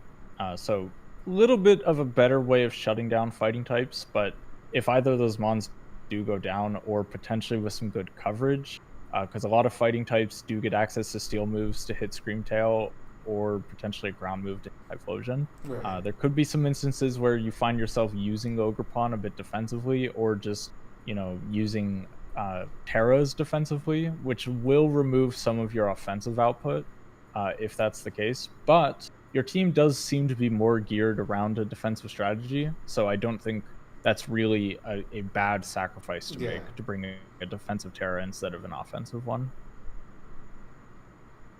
I have always been more of a defensive player. I do know that I am looking at options, because I really don't like Substrika. I thought it was better than it is. And then Torracat was just like a meme pig, and I do have the 5 extra points, so I am going to see what I can look at in tier 8. That's a good good replacement. Yeah, you could honestly, like, a flying type might be good, because that would give you a ground immune and a fighting resist, where Murkrow doesn't quite have the fighting resist, since it shares that dark type. Yeah. So maybe, like a good fast flying mon, or even just something bulky, but probably something quick with hard hitting flying stab would be pretty good. Actually, I can while you start ripping Zach to shreds, I can look at what we have in tier 8. I will say, look, like I to point out, since this is my team that we are talking about, my biggest thing with it was when I was drafting it is obviously some of these mons are mons that I've used. Garganical, Registeel, Ogerpon, Treads are mons that I've used in regular ladder, so I know how good they are. And Registeel has been a staple of my team. As Zen knows, or Zilix knows for sure. He's been with me for so many years. He knows that it's been a staple of my teams every season. So I wasn't gonna let it go. I know what it does. I liked some of the stuff that it has this gen. Although I don't think it got too many new things, aside from the fact that it does have access to Terra to get rid of some of its crippling weaknesses. And Ogerpon I've always seen as a very strong threat. I think this is, after the fire version, I think this might be the best Ogerpon form. I agree. I like Wellspring a lot. Yeah, so, and I really like the fact that I'm able to not only have my water and my grass core in the same mon, which is a big plus, but it's a really good water and grass type. Like Ivy Cudgel is really busted, and you have like Ogerpon just has so many good moves, like Power Whip, Horn Leech. It has access to spikes. I think it gets taunt and encore as well. It's just a really, really good mon. And you can also have Spiky Shield, which is really good. So like those mons are kind of the ones I really, really, really wanted, and the Treads as well. And I used Typhlosion. I don't remember what season it was. I used Typhlosion before, and it did me good, which is why I wanted the Hisuian mod, just because of the fact that it's a ghost type, which I've always loved, my ghost types. But I have a spammable move that causes status. This with Infernal Parade, which gets stronger because it's literally Hex plus Will-O-Wisp in one move. So, and it's like way strong. I think it's 10 points stronger than regular Typhlosion, if I remember correctly. I believe so, yeah. I mean, it's a little slower, but the power difference is really big. And then Screamtail, I will say, you told me it gets Encore. I'm still learning about this thing. Okay, I picked it just because I wanted a fairy type, and at that point, I wasn't looking at the higher tiers anymore. And I just picked it because if I this is gonna sound really bad, but when I saw Dor was building a Sun team, I wanted a good thing to deal with Walking Wake. And Screamtail, the fact that it's also on that gets boosted in Sun, made it like a undone deal because like I can get boosted in the Sun alongside Walking Wake, but I also deal with this spamming dragon moves, and I can take every other attack that it can go for. So, but see, I'm still learning new things about it. And I think as well, it's so fast, which it's not quite a prankster Encore, but it might as well be. Right. The only instance where it could be a little difficult, like where you lose the ability that prankster has, is if they're setting up like a Dragon Dance and you Encore them into it. But if it is a Dragon type and you Encore them into Dragon Dance, the like 3 free Dazzling Gleams that you get will typically take it down. Right. So there's that. And if they Terra into a Steel type, you have access to Flamethrower. So yeah, it's a really good mon. I like it. I've seen a lot of people use it very well. I think it also gets Stealth Rocks, which you won't really need because I think you have like a million Stealth Rock setters. Yeah. But yeah, I almost ran at max speed like every single week that I played it, just because it's so weird to have a super bulky mon that's incredibly fast, but it's super useful because even though it doesn't have great offensive stats, firing off psychics towards things that are weak against it is still going to be doing a lot of damage. Right. And it also has, it doesn't have Moonblast, but it does at least get Dazzling Gleam, so it has a way to deal with dragons. And if you can Encore them maybe into something that isn't Ironhead, then that's also super beneficial. Because say for example you bring it in on a dragon type on a move where maybe they go for like an Earthquake to try to hit like Garganico or something, and now like you Encore them into Earthquake so they can't switch up and go for Ironhead, and now you're threatening them with Dazzling Gleam. And even if they switch, you can wish back into something else and keep the team healthy and preserved. Yeah. I mean, that's another thing, like the fact that I got a wish mon to heal up all my defensive threat, or all my defensive tanks is good. Yeah. I will be looking at the replacements. I want to get rid of some Striker and Torracat because I just don't I don't care about those two, but that's something that I can deal with at a later time. Yeah, and I think because you have those 5 points remaining as well, you'll be able to pick up something that's a lot stronger. Yeah. Okay, so I guess we can move on to Zach's team, which is the Como team. That's the only at least outstanding member from my point of view. I mean, Torn is always going to be good, obviously, but it did lose a lot of things in the transition over. So. Right. I do see from this team a pretty strong offensive core, but there is a glaring weakness to Fairy. Having Charizard as the only resistance, and I think it's like 4 fighting types are a little bit redundant, but they do each at least have a dual type, which can allow for some strong offensive ball breaking. The team is also pretty heavy on the physical side, There are some special attackers like Alo and Raichu and Charizard, but those aren't going to be wall breaking. And Komodo can be run special, but generally speaking, it's better on the physical side. And Torn usually serves as more of a utility mon. So I think this team will struggle in that regard. And hazard stacking will also be a problem, as aside from like fast taunt from like Tornadus or Morgrem, they won't have too many great things when it comes to hazards getting set up on their side. Now, fortunately, those fighting types will at least resist Stealth Rocks, but no grounded poison and not great hazard clear. I don't think he has any hazard don't clearing, recall whether or not Tornadus has defog. No, Torn lost defog in the move over. So then, yeah, really just taunt is the way to deal with hazards, which isn't the most reliable thing.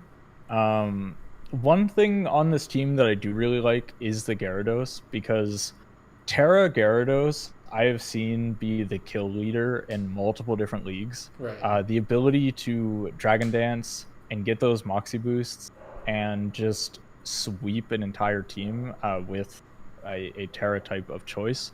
But also it can be used as a intimidator and a very bulky mon to just shut down a lot of offensive threats. But yeah, I think especially this team is going to suffer when it comes to like physical walls on the opposing team. It's going to be hard for Zach to break through them. But I do like a lot of the mons. I just think that maybe, you know, the synergy isn't that. I don't know. Yeah, maybe like Terrakion could be switched out, or maybe even like the Chestnut, maybe like Chestnut Morgrem. You know, that's 9 points right there, 2 points remaining. You could get an 11-point mon and get like a good hazard remover and a special attacker. Yeah, I can see that. I do want to say, like, when you spoke of DD Gyarados, there's also the fact that I was testing this with Zen, the fact that you can't copy it if you're behind a sub. So substitute Dragon Dance Gyarados is going to be a really big threat, especially since you can make it tankier on that side. So that of course, the substitute you won't have to invest heavily in speed. Yeah. So it's definitely I think one of the scariest mons on his team. Yeah, and Gyarados is really just a Pokemon that's gotten better with time. Obviously, you know, if you go way back before the physical special split, it suffered. But now with Terrestrialization, it gets access to strong flying stab if you Terra Flying. It can use Dragon Dance to its advantage, Moxie, and I see a lot of people running like Terra Electric to deal with other water types. And, you know, even something like a Terra Ground to be immune to otherwise super effective electric moves, and then fire back against electric types. And I think Gyarados is definitely going to be more of an anchor on this team, as well as Torn. Still having Regenerator is going to be super useful. Breloom can put things to sleep, which might allow for either Gyarados, Terrakion, or Komodo to set up, which can be useful.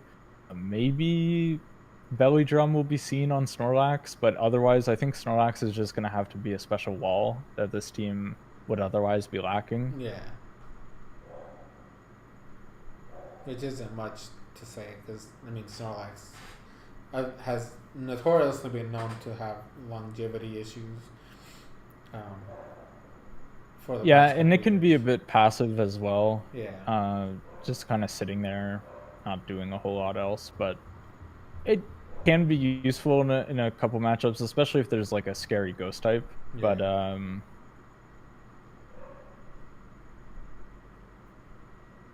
yeah, I mean, so many fighting types. I think, you know, you better watch out in your matchup against Zach. I think he has a good matchup against your team, but against the rest of the league, we'll have to see how he does. Yeah. I'll have to find out when my battle is against him so I can pick up something. Switch out the ones that I talked about and Because something else. Snorlax shuts down Typhlosion. All those fighting types give your steel types a problem. But at least yeah, I have Sap I think, on you know, maybe to deal with the Breloom and the Chestnut. True.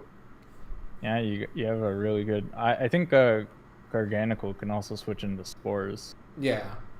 With its purifying salt.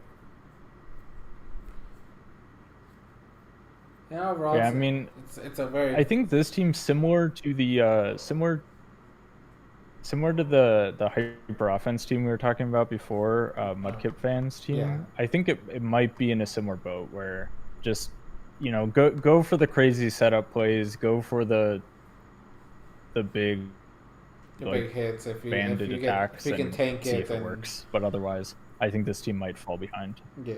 Yeah. Okay, moving on to Doruk, which is the Sun team. I think the only other team that uses weather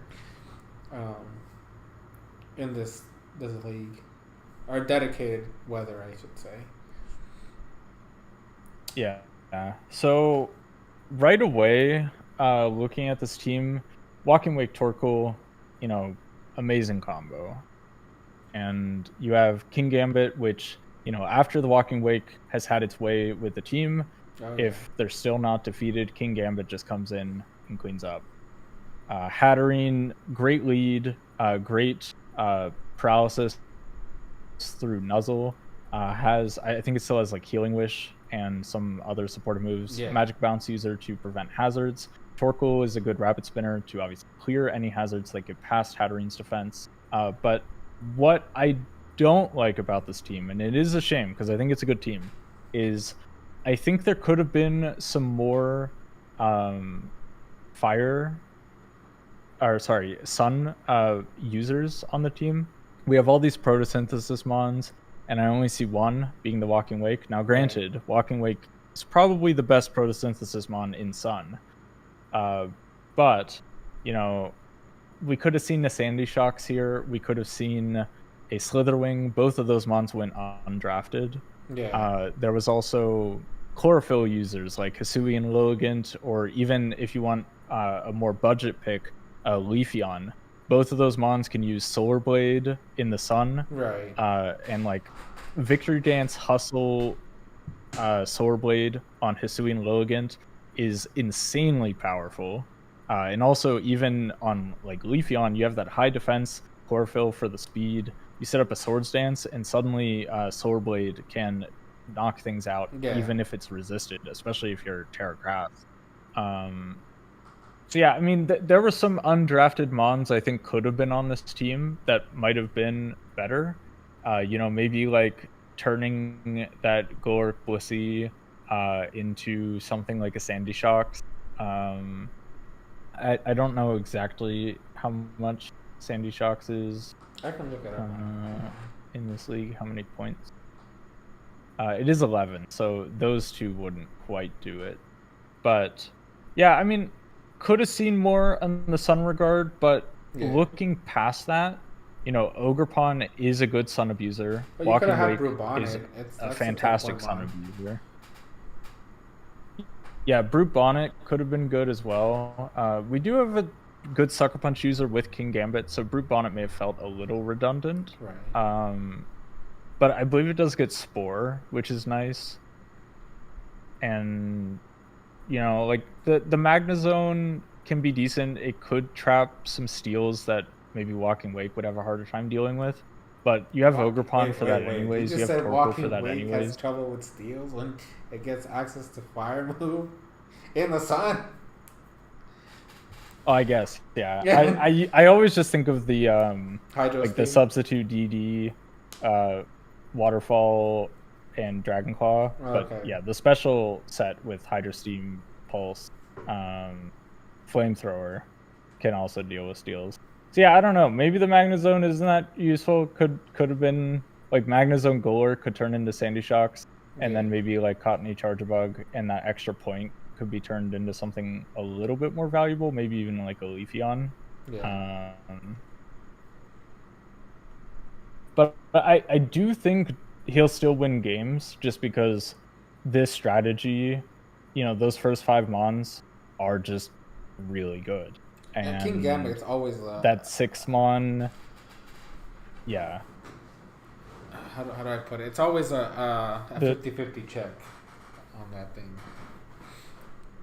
Right. Yeah, if it comes down to like a sucker punch, but even without it, like just going for like the Kowtow Cleave, Iron Head, all that can be super dangerous. Now, of course, this King Gambit's not allowed to terrestrialize, so we'll probably see Terra on like maybe defensive on Hatterene, maybe something on the Walking Wake to just boost damage. Potentially also the Ogerpon, but that would disable Terra for the rest of the team. But that might not matter because that Terra Mask on Ogerpon can be crazy good. Yeah, that's... I forget, what's the ability that it gets when it Terra? Or wait, no, it has... I think it has Mold Breaker, right? That's the one that the fire one has? So Hearthflame has...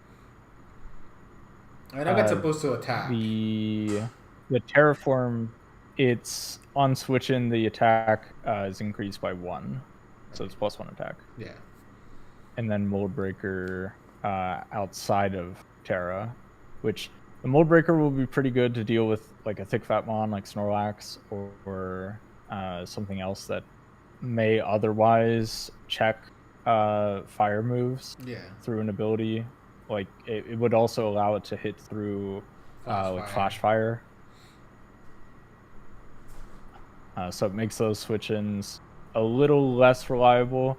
It can also ignore unaware mons if it... I don't know... Like, it does get, like, Trailblaze, but that wouldn't really affect unaware.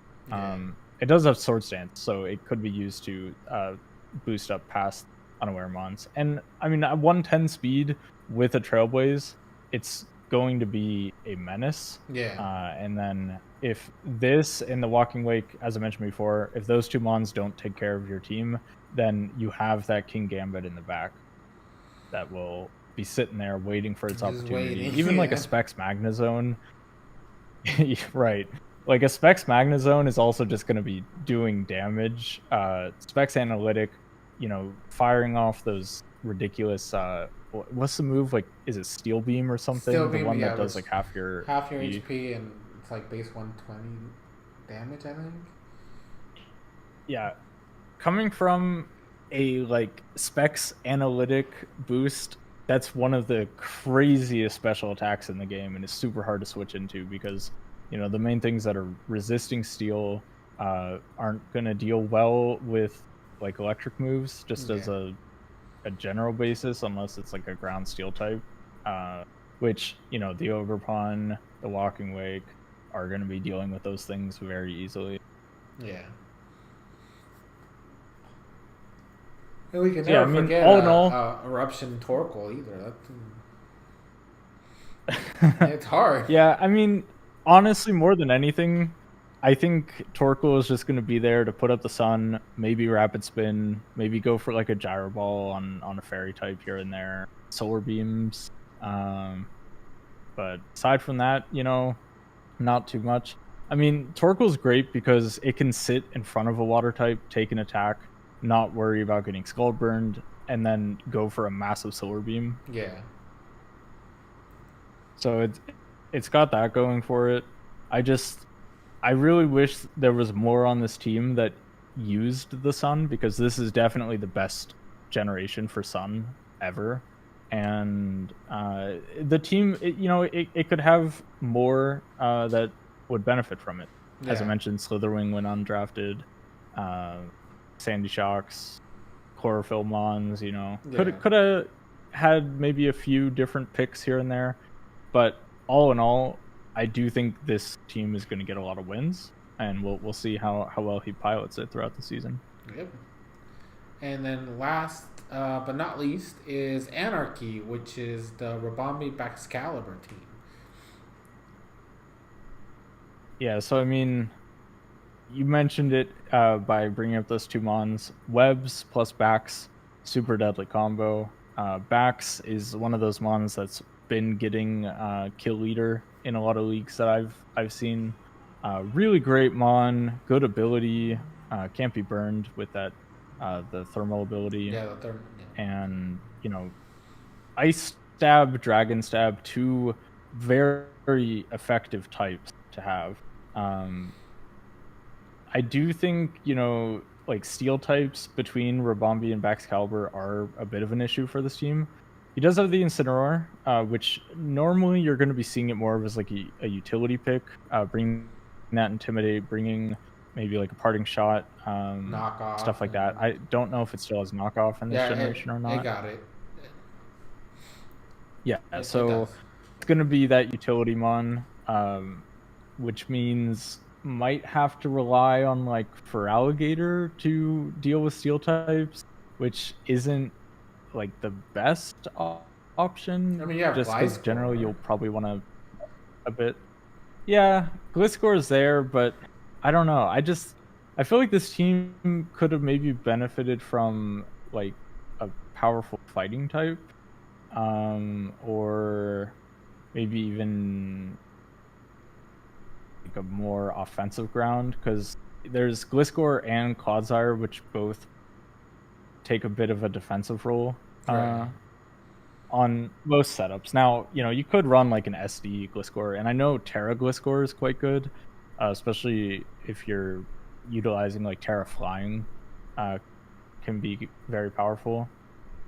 And I like Cincino as a wall breaker. I think maybe it's a little outclassed with power creep over time, but like a Terra Grass with Bullet Seed can be kind of cool. And it also can use the loaded dice, which is another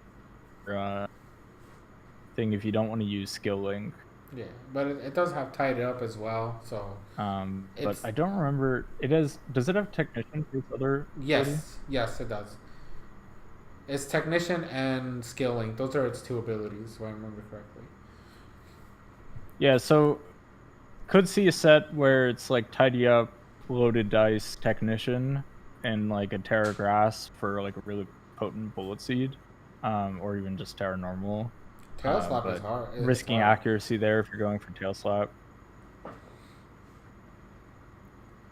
But yeah, I do like the team. I also think Appletone is a bit of a sleeper pick.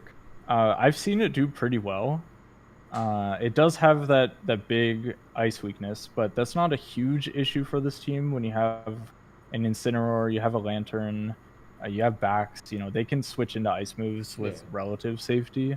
So I think Appleton is a decent use of the lower points.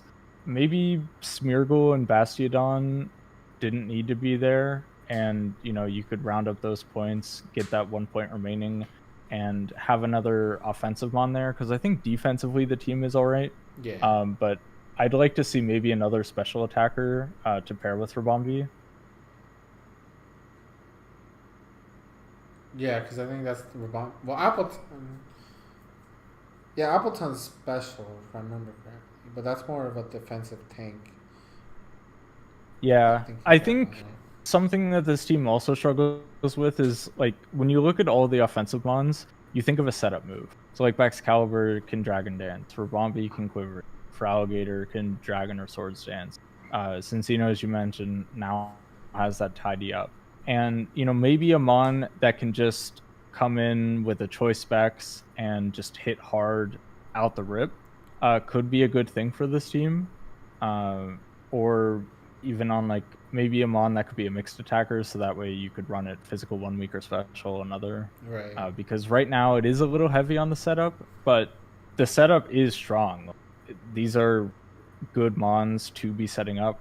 I think if Rabambi can get sticky webs, it's going to take a lot of these mons that maybe aren't the fastest, like for Alligator without Dragon Dance, and suddenly now if webs are up, maybe you run Swords Dance instead. I see Shandy is available if you drop the Bastion on Smeargle plus the 1 point. Yeah, and that could give a really good answer to a steel type that Yeah. otherwise, maybe you're relying on Incineroar to deal with it. But and vice versa as well on the special side of things. And another web that would benefit, another Mon that would benefit from sticky webs, Chandelure for sure. Yeah. Weakness with the team, I do think that they all have their own individual strengths, and it really just comes down to how they're being played and what your matchup is each week. Because even if maybe you have some Mons that we were shitting on, there might be maybe you just don't bring them, and then your team does perfectly fine. Pretty much. I mean, that's the name of the game. Yep. Is that so? So that's pretty much it for the draft itself. Do you want to go over your let's play or your replay first, Zilix, or how do you want to do? Do you want to do my replay first? I'll leave it up to you, my co-host. I can pull up the one. I have it here that so I that was the looking people at in the earlier. chat can watch it. But if you have it, so you can follow along. Yeah, let me just make sure I have it open. Oh, here it is.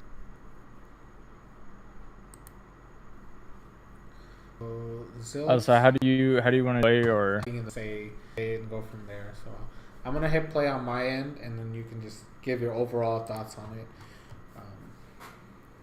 What you thought about it. Yeah, so I like how just looking at like the team preview as well, we see that Mudkip Fan definitely does have more of that hyper offense setup, and I think Cubone with the Chi-Yu and being like reliant on Chi-Yu is sort of treating this matchup like it's a bit of hyper offense, because both teams have a very aggressive lead, and starting off with the Azelf against the Sceptile, we actually see the Azelf get forced out, which isn't something that happens too frequently with an Azelf lead. Usually you get your rocks up, you do something, but the Roaring Moon gets brought in, and even though Sceptile is able to do a good amount of damage to it, it is brought down. And then we see something right away with the Primarina that we were talking about earlier, which is the Psychic Noise shutting down healing, and is able to get rid of that Clefable very early on in the battle, which is super important for a hyper offensive team to get rid of those defensive Mons.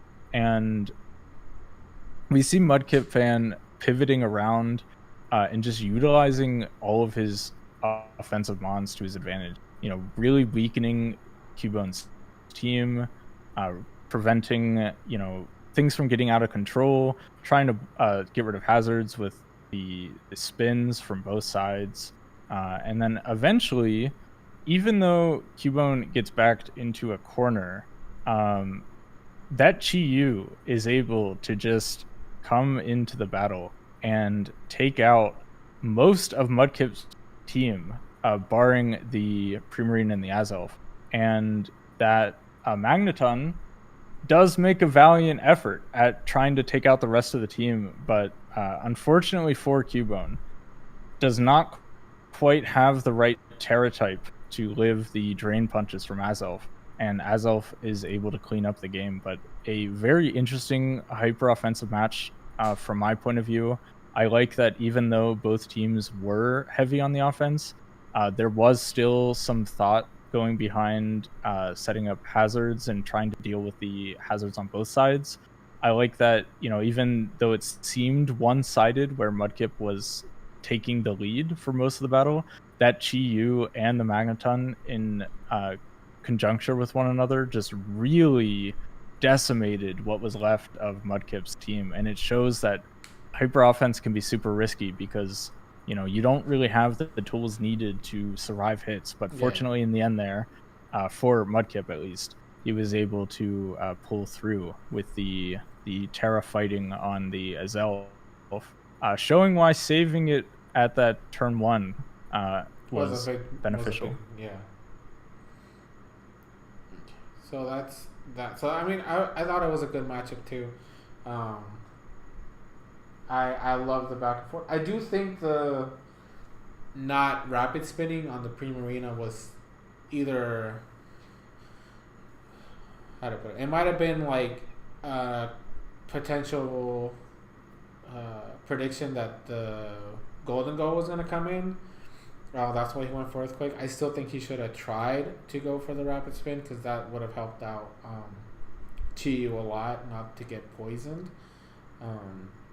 I think it was Scarfed, from what I could tell, because it outsped the Roaring. It did appear to be, yeah. Outspeeding the Moon. Yeah, I think going for a rapid spin on a potential Golden Go can be a little scary because if it's like Balloon against like a Donphan and you rapid spin, you don't break the Balloon, it goes for a Nasty Plot, and now suddenly you have a +2 Golden Go on the other side of the field. So I think maybe that was going through the head of like, I don't want to. You don't want to let it in. Throw to Golden Go. Right. Yeah. But the over prediction. It costs. Also, I think they out in that regard at least. In the post match, I think they did mention that Sceptile was supposed to be flying Terra type. And while it is bad to, waste your Terra that early in the match, I think that might have killed the Roaring Moon. If I think about it. I want to check because this is Terra preview, so I think we see it.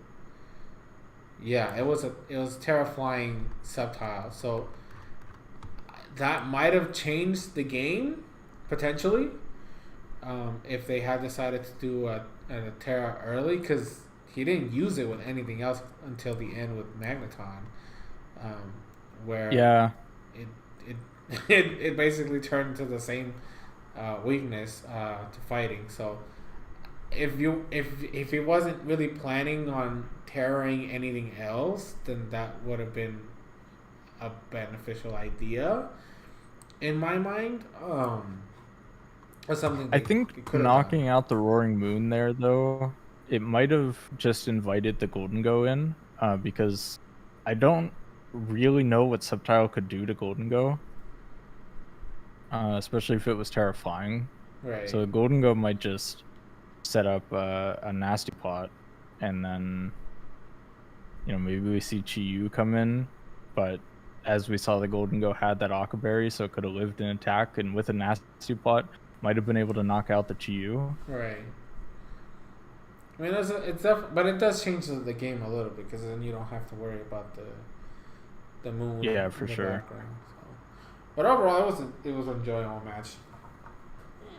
Now, as for mine, okay, I would have picked mine in general if I really wanted to, because I actually thought the matchup was good. But you all guys already, if you are watching the channel, you already saw me talking about my battle. So I think that would have been kind of like redundant to do it again. So I think I'm going to do Zach versus... who did he face? They have a different name on here. This is the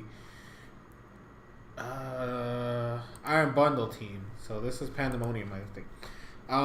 And this is what Zilix was talking about when we were talking about how Zach's teams plays, how it's very offensive oriented, and it definitely shows in this battle. And I think this might have been one of the times where Intimidate Gyarados might have been a better option. And we see the flaws of being heavily reliant on just trying to hit things. I don't know if you have the replay, Zilix. If not, it might have been from before we switched servers. So I have it available because I downloaded it. So I don't know. I don't think there's a way for me to send it to you. Maybe there is. Let me see. If I go over here. If I go over here and I do this. So there might not be a way for me. I might not be able to show it, but Yeah, because I don't have it available to send right now. I think this is one of the problems that we had. That's why we switched servers again, because we couldn't save the replays. Anyways, so this was I think a 5-0 on Pandemonium's part, so that still gets an idea of what we're dealing with here. Right off the bat, I'm just gonna let it play, like I said, and then I'll talk it through for Zilix in case he can't see it. Right off the riff, I knew that he was gonna go for Scarf Terrakion on this build, just because Bundle is such a threat to Zach's team. And this is before for Zilix's point of view, because he's seeing the draft as it is right now. He had Scizor over Breloom as a different type of physical offense. The problem with Scizor in this gen is the fact that it lost a lot of tools that it used to have. It doesn't have Roost anymore. I think it lost Defog, so it can't be used as a support mon. So it's strictly offensive in nature, and I think it lost. What did it lose? I think it lost something that I can't remember right now. But it's literally just, I'm just gonna hit you as hard as possible, which is very hard to do when you're dealing with Intimidate Crocodile and Galarian Weezing and Slowking, so you have a lot of these mons that you basically have to pick your poison on what move you're gonna lock yourself into. I don't remember if it was choice, actually, now that I think about it. He did try to do, I don't know if I know Kazilix is probably not watching the replay properly, but he did not have his Snorlax was the Curselax, the old school Curselax from Gen 2, Curse, Sleep Talk, and Body Slam, and then Gyarados was Ayapapa Berry, so with Moxie, so I just didn't see too many things here that would benefit him too well. And it was rough because the fact that it's a physically offensive team that can't break the defensive core that Pandemonium had. That there was nothing that Zach could do to effectively deal with a lot of these things. Gyarados gets stuffed by Slowking and Crocodile with Intimidate, and even the Hisuian Electrode was a thing. I think this was the misplay. Okay, I'm gonna leave it playing, but he had, I don't know what ability he had on Como-O, but Pandemonium had Roar on Crocodile, so you don't have soundproof, which means you're able to be roared out, which means that his setup didn't work. I don't know how you feel about that, because that was interesting when I saw it in the replay.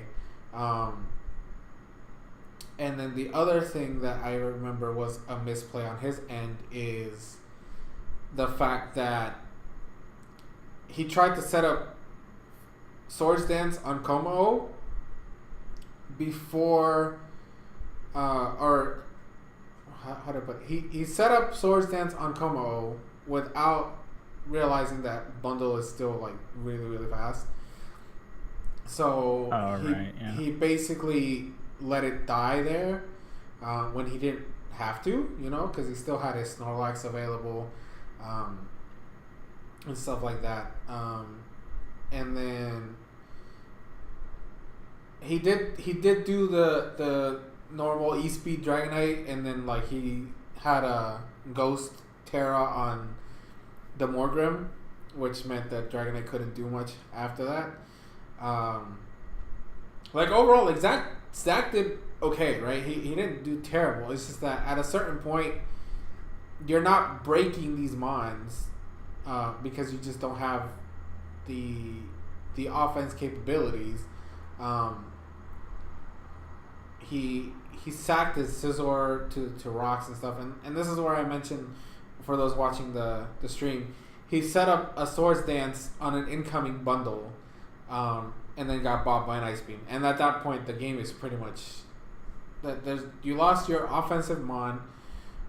You'll have a Scarf Terrakion that can't do anything because you can't, you're either gonna lock yourself into a move that's resisted, or there's an immunity to it. You can't set up your Snorlax because Weezing has Clear Smog. So, like at a certain point, the game was just over.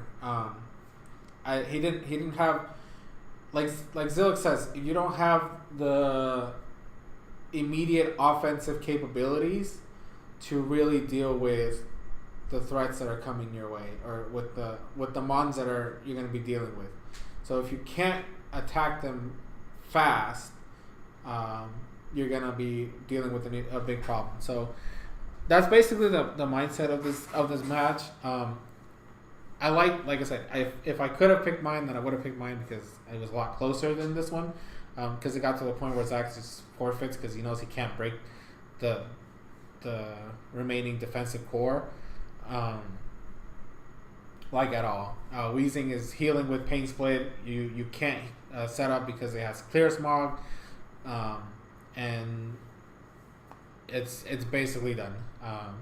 So overall, it was a good match. I think the only other potential match, like I said, we lost the Zen and Yodeler match, and then Jack still hasn't battled.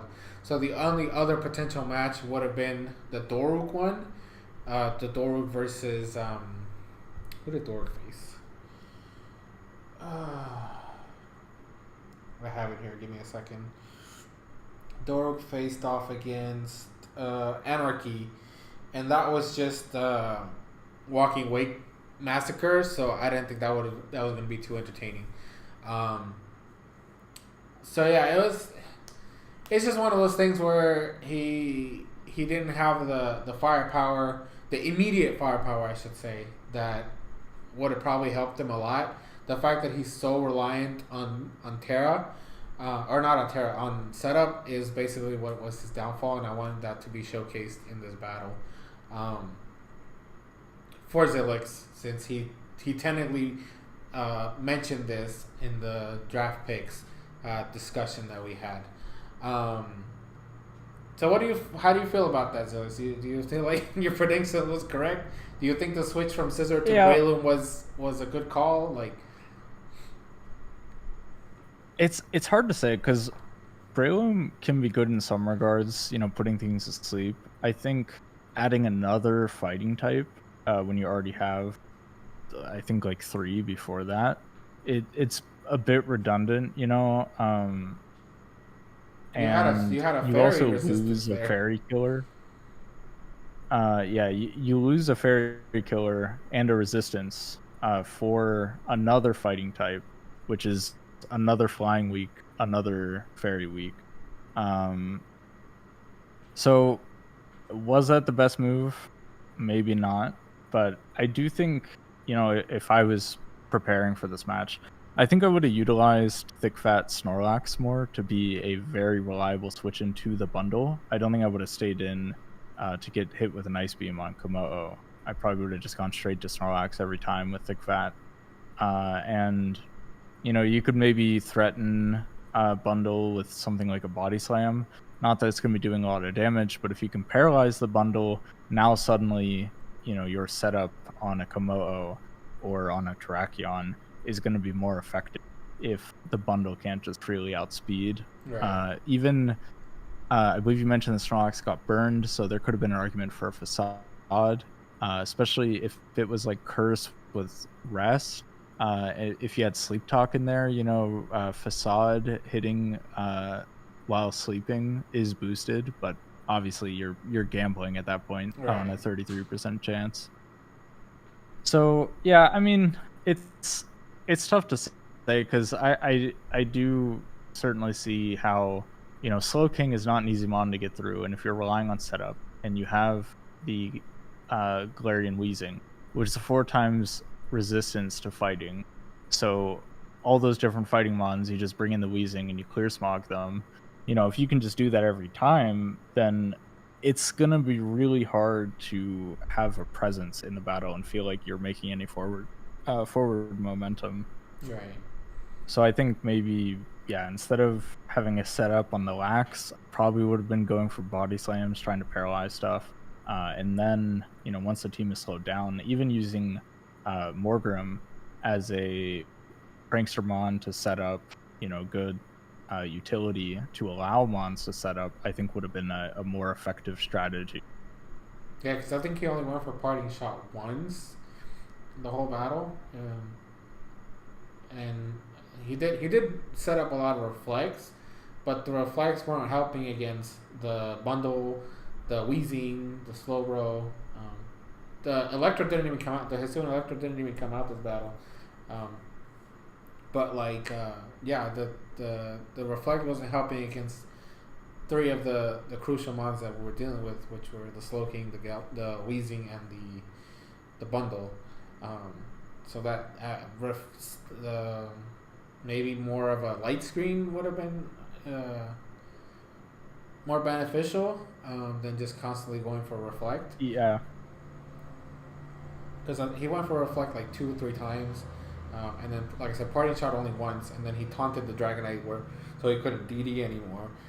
But outside of that, like, there were better things that you could have done this battle, but it just goes to show the weaknesses of the team. Not here to bash Zach or anything. I'm not trying to say he played bad, because he did do really well. It's just it's really hard to be so reliant on setting up to destroy these essentially tanky walls that we're dealing with here. So that was pretty much it in terms of the replays. I think I can now talk about the next week's matchups, even though I think one of them already happened, but we're not going to talk about that this week, obviously, because that's going to be something for next week. If Zilix is available. If he's not, then I'll have somebody else join me for week two's coverage and the week 3 part of the schedule. So for week 2, I think the battle that already happened was Dorg versus AIDS. I have not seen the replay, and I will not see it until we are ready to do the week 2 part. So outside that, we have Pandemonium versus Cubone, Zen versus Zach. I'm facing Mudkip Fan. Thor, aka Jack, is facing Yodeler. Khan is facing Sonic, and then Anarchy has a bye this week. So if we look back at the draft, Zilix can give us an idea of which of these matchups is more intriguing to him. Which ones he thinks are gonna have a fair, very balanced battle this week, and stuff like that. So, from my point of view, like I said, I haven't seen Doruk's team, but he faced against the team that I played last week. So I'm gonna put a little bit of a spin on that. I don't see a lot of answers to the Ogre Pawn on this team. Like, besides Volcanion, but everything else gets like destroyed by the Ogre Pawn, and then what else? I think Torkoal might do good, or even Golurk against the Sneasler, but the Sneasler can still do some work against this team. But Rillaboom is a tough pull against this type of team. But that's all I'm gonna say. I don't know if Zilix. I don't know if you've seen the replay. I haven't seen it yet, so I don't know if you want to give like just a quick haven't overview. watched it yet. No. So, what are your thoughts on the match that technically already happened? Yeah, I think if I had to guess, I imagine we'll see a very bulky Volcanion to deal with both Walking Wake and Ogerpon. I think Magnezone will probably be brought to deter that. And then, Chansey is also something that can switch into Walking Wake as long as it's not a physical set. We might end up seeing a Dragon Dance Walking Wake because I don't really see much that can easily switch into Dragon Dance Wake, especially with Sun Up. Yeah. Because you're just getting a free stat on top of that. The Sneasler, if it does get the opportunity to either get a defense boost from terrain, or if it's running like Fling with a big nugget or something else like that, then it might have an opportunity to kind of run away with the game. It is something that's pretty good about dealing with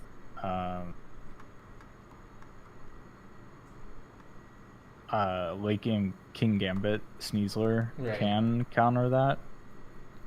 But yeah, I think it'll come down to like either if one player gets a setup mon in and runs away with the game, might be how this battle ends. But getting to that point is probably where it's going to be more interesting as they're moving their pieces around and figuring out where their best opportunity to secure the late game will be.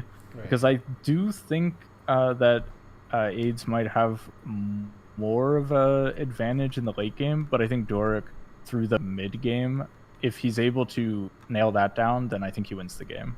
Right. So I think I'm gonna say which one is the matchup that I'm most looking forward to, and then you can give yours.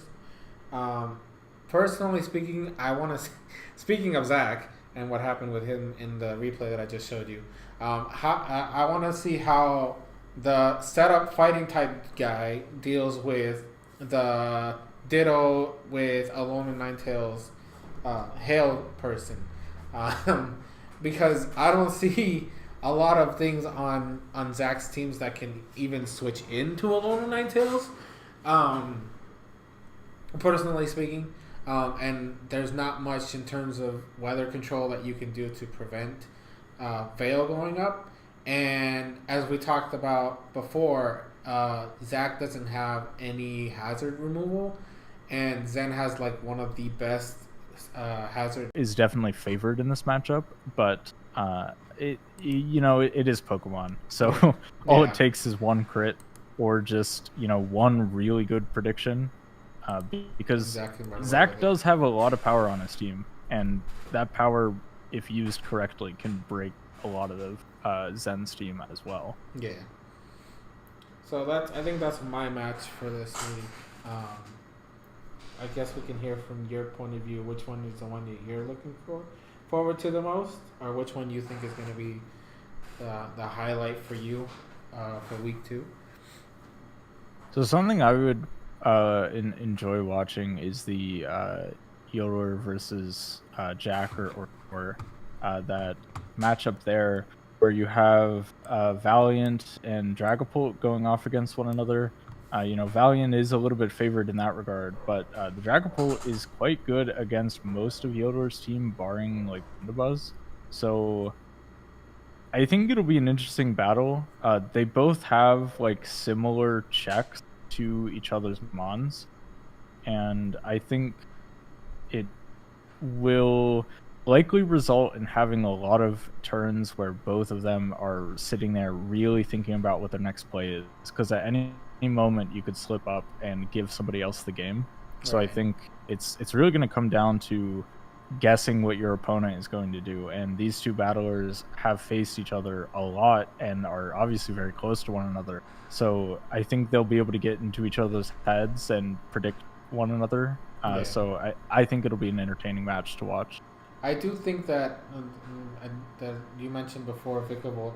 Vikavolt might be a big problem for Yoder. Like, yeah, it's slow, but I don't see many switch-ins to it.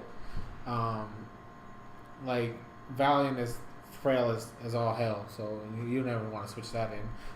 Latios doesn't want to switch in because of potential bug buzz. And Polion doesn't want to get hit with an electric move. Amoonguss, I think Amoonguss can take a bug buzz, but not two. Um, so I don't know much about switching that in. Mandibuzz gets electric type, electric move. Entei is probably the only thing that can safely switch in, because everything else just gets really really wrecked by it. So Jack will have to um, play around that very efficiently, um, because Vigavolt can do a lot against Jolt's team. I don't know if you want to concur with that, or if there's something else you want to add aside from that.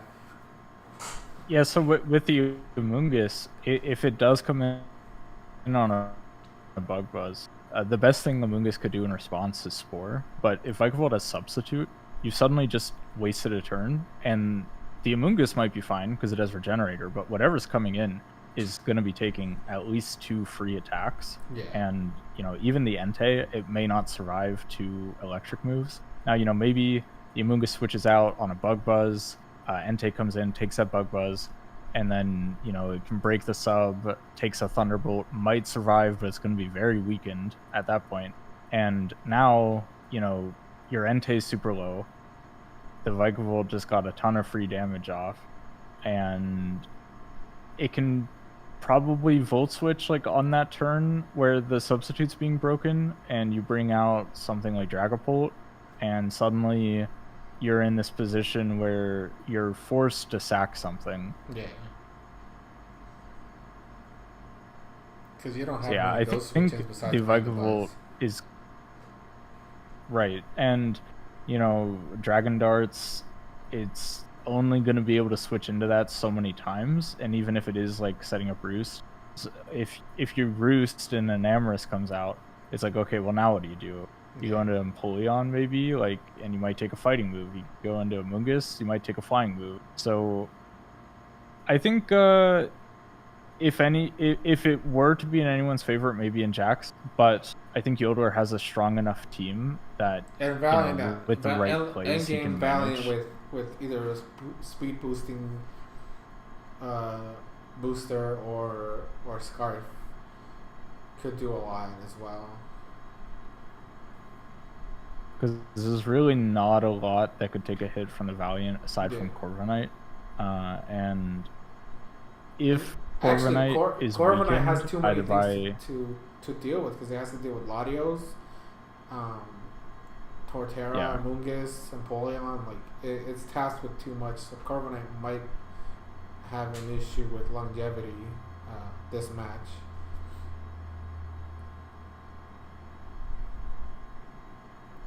So I think it'll be pretty interesting, and it will definitely come down to that end game. If the Valiant is able to take the win or the Dragapult, and if either team loses that asset earlier on, it could be pretty devastating for the late game. Yeah. Well, that's going to be an interesting matchup. I do agree with that. I think that's pretty much it. I don't know if there's any other matches you want to comment on, or if we're good with that.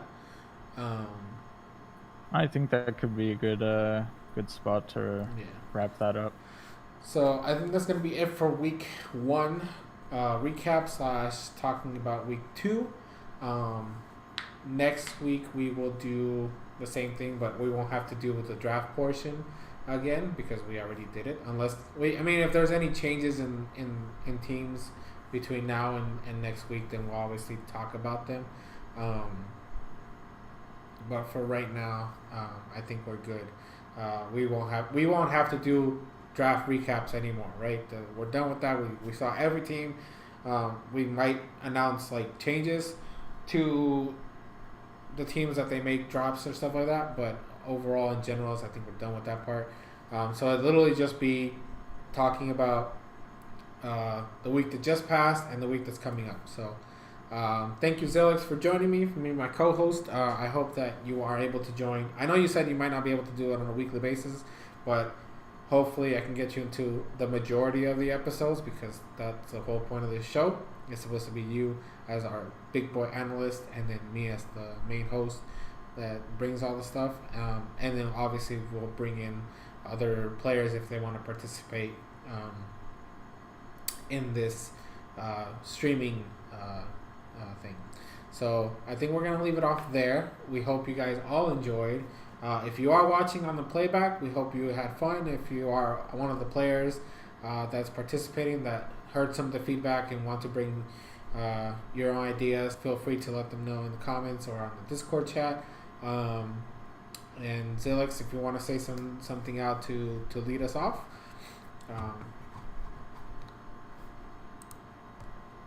Yeah, I think the draft as a whole are all looking very interesting. You know, we finally have all the DLC out, so it'll be cool to see how some of those new mons shape up the metagame. And I wish all of these coaches, you included, the best of luck in this season. Thank you very much. And we'll see how the rest of the matches go. I think this is going to be a good season. And that's going to wrap it up. Thank you guys so much for watching, and we will see you guys next time. Bye-bye. And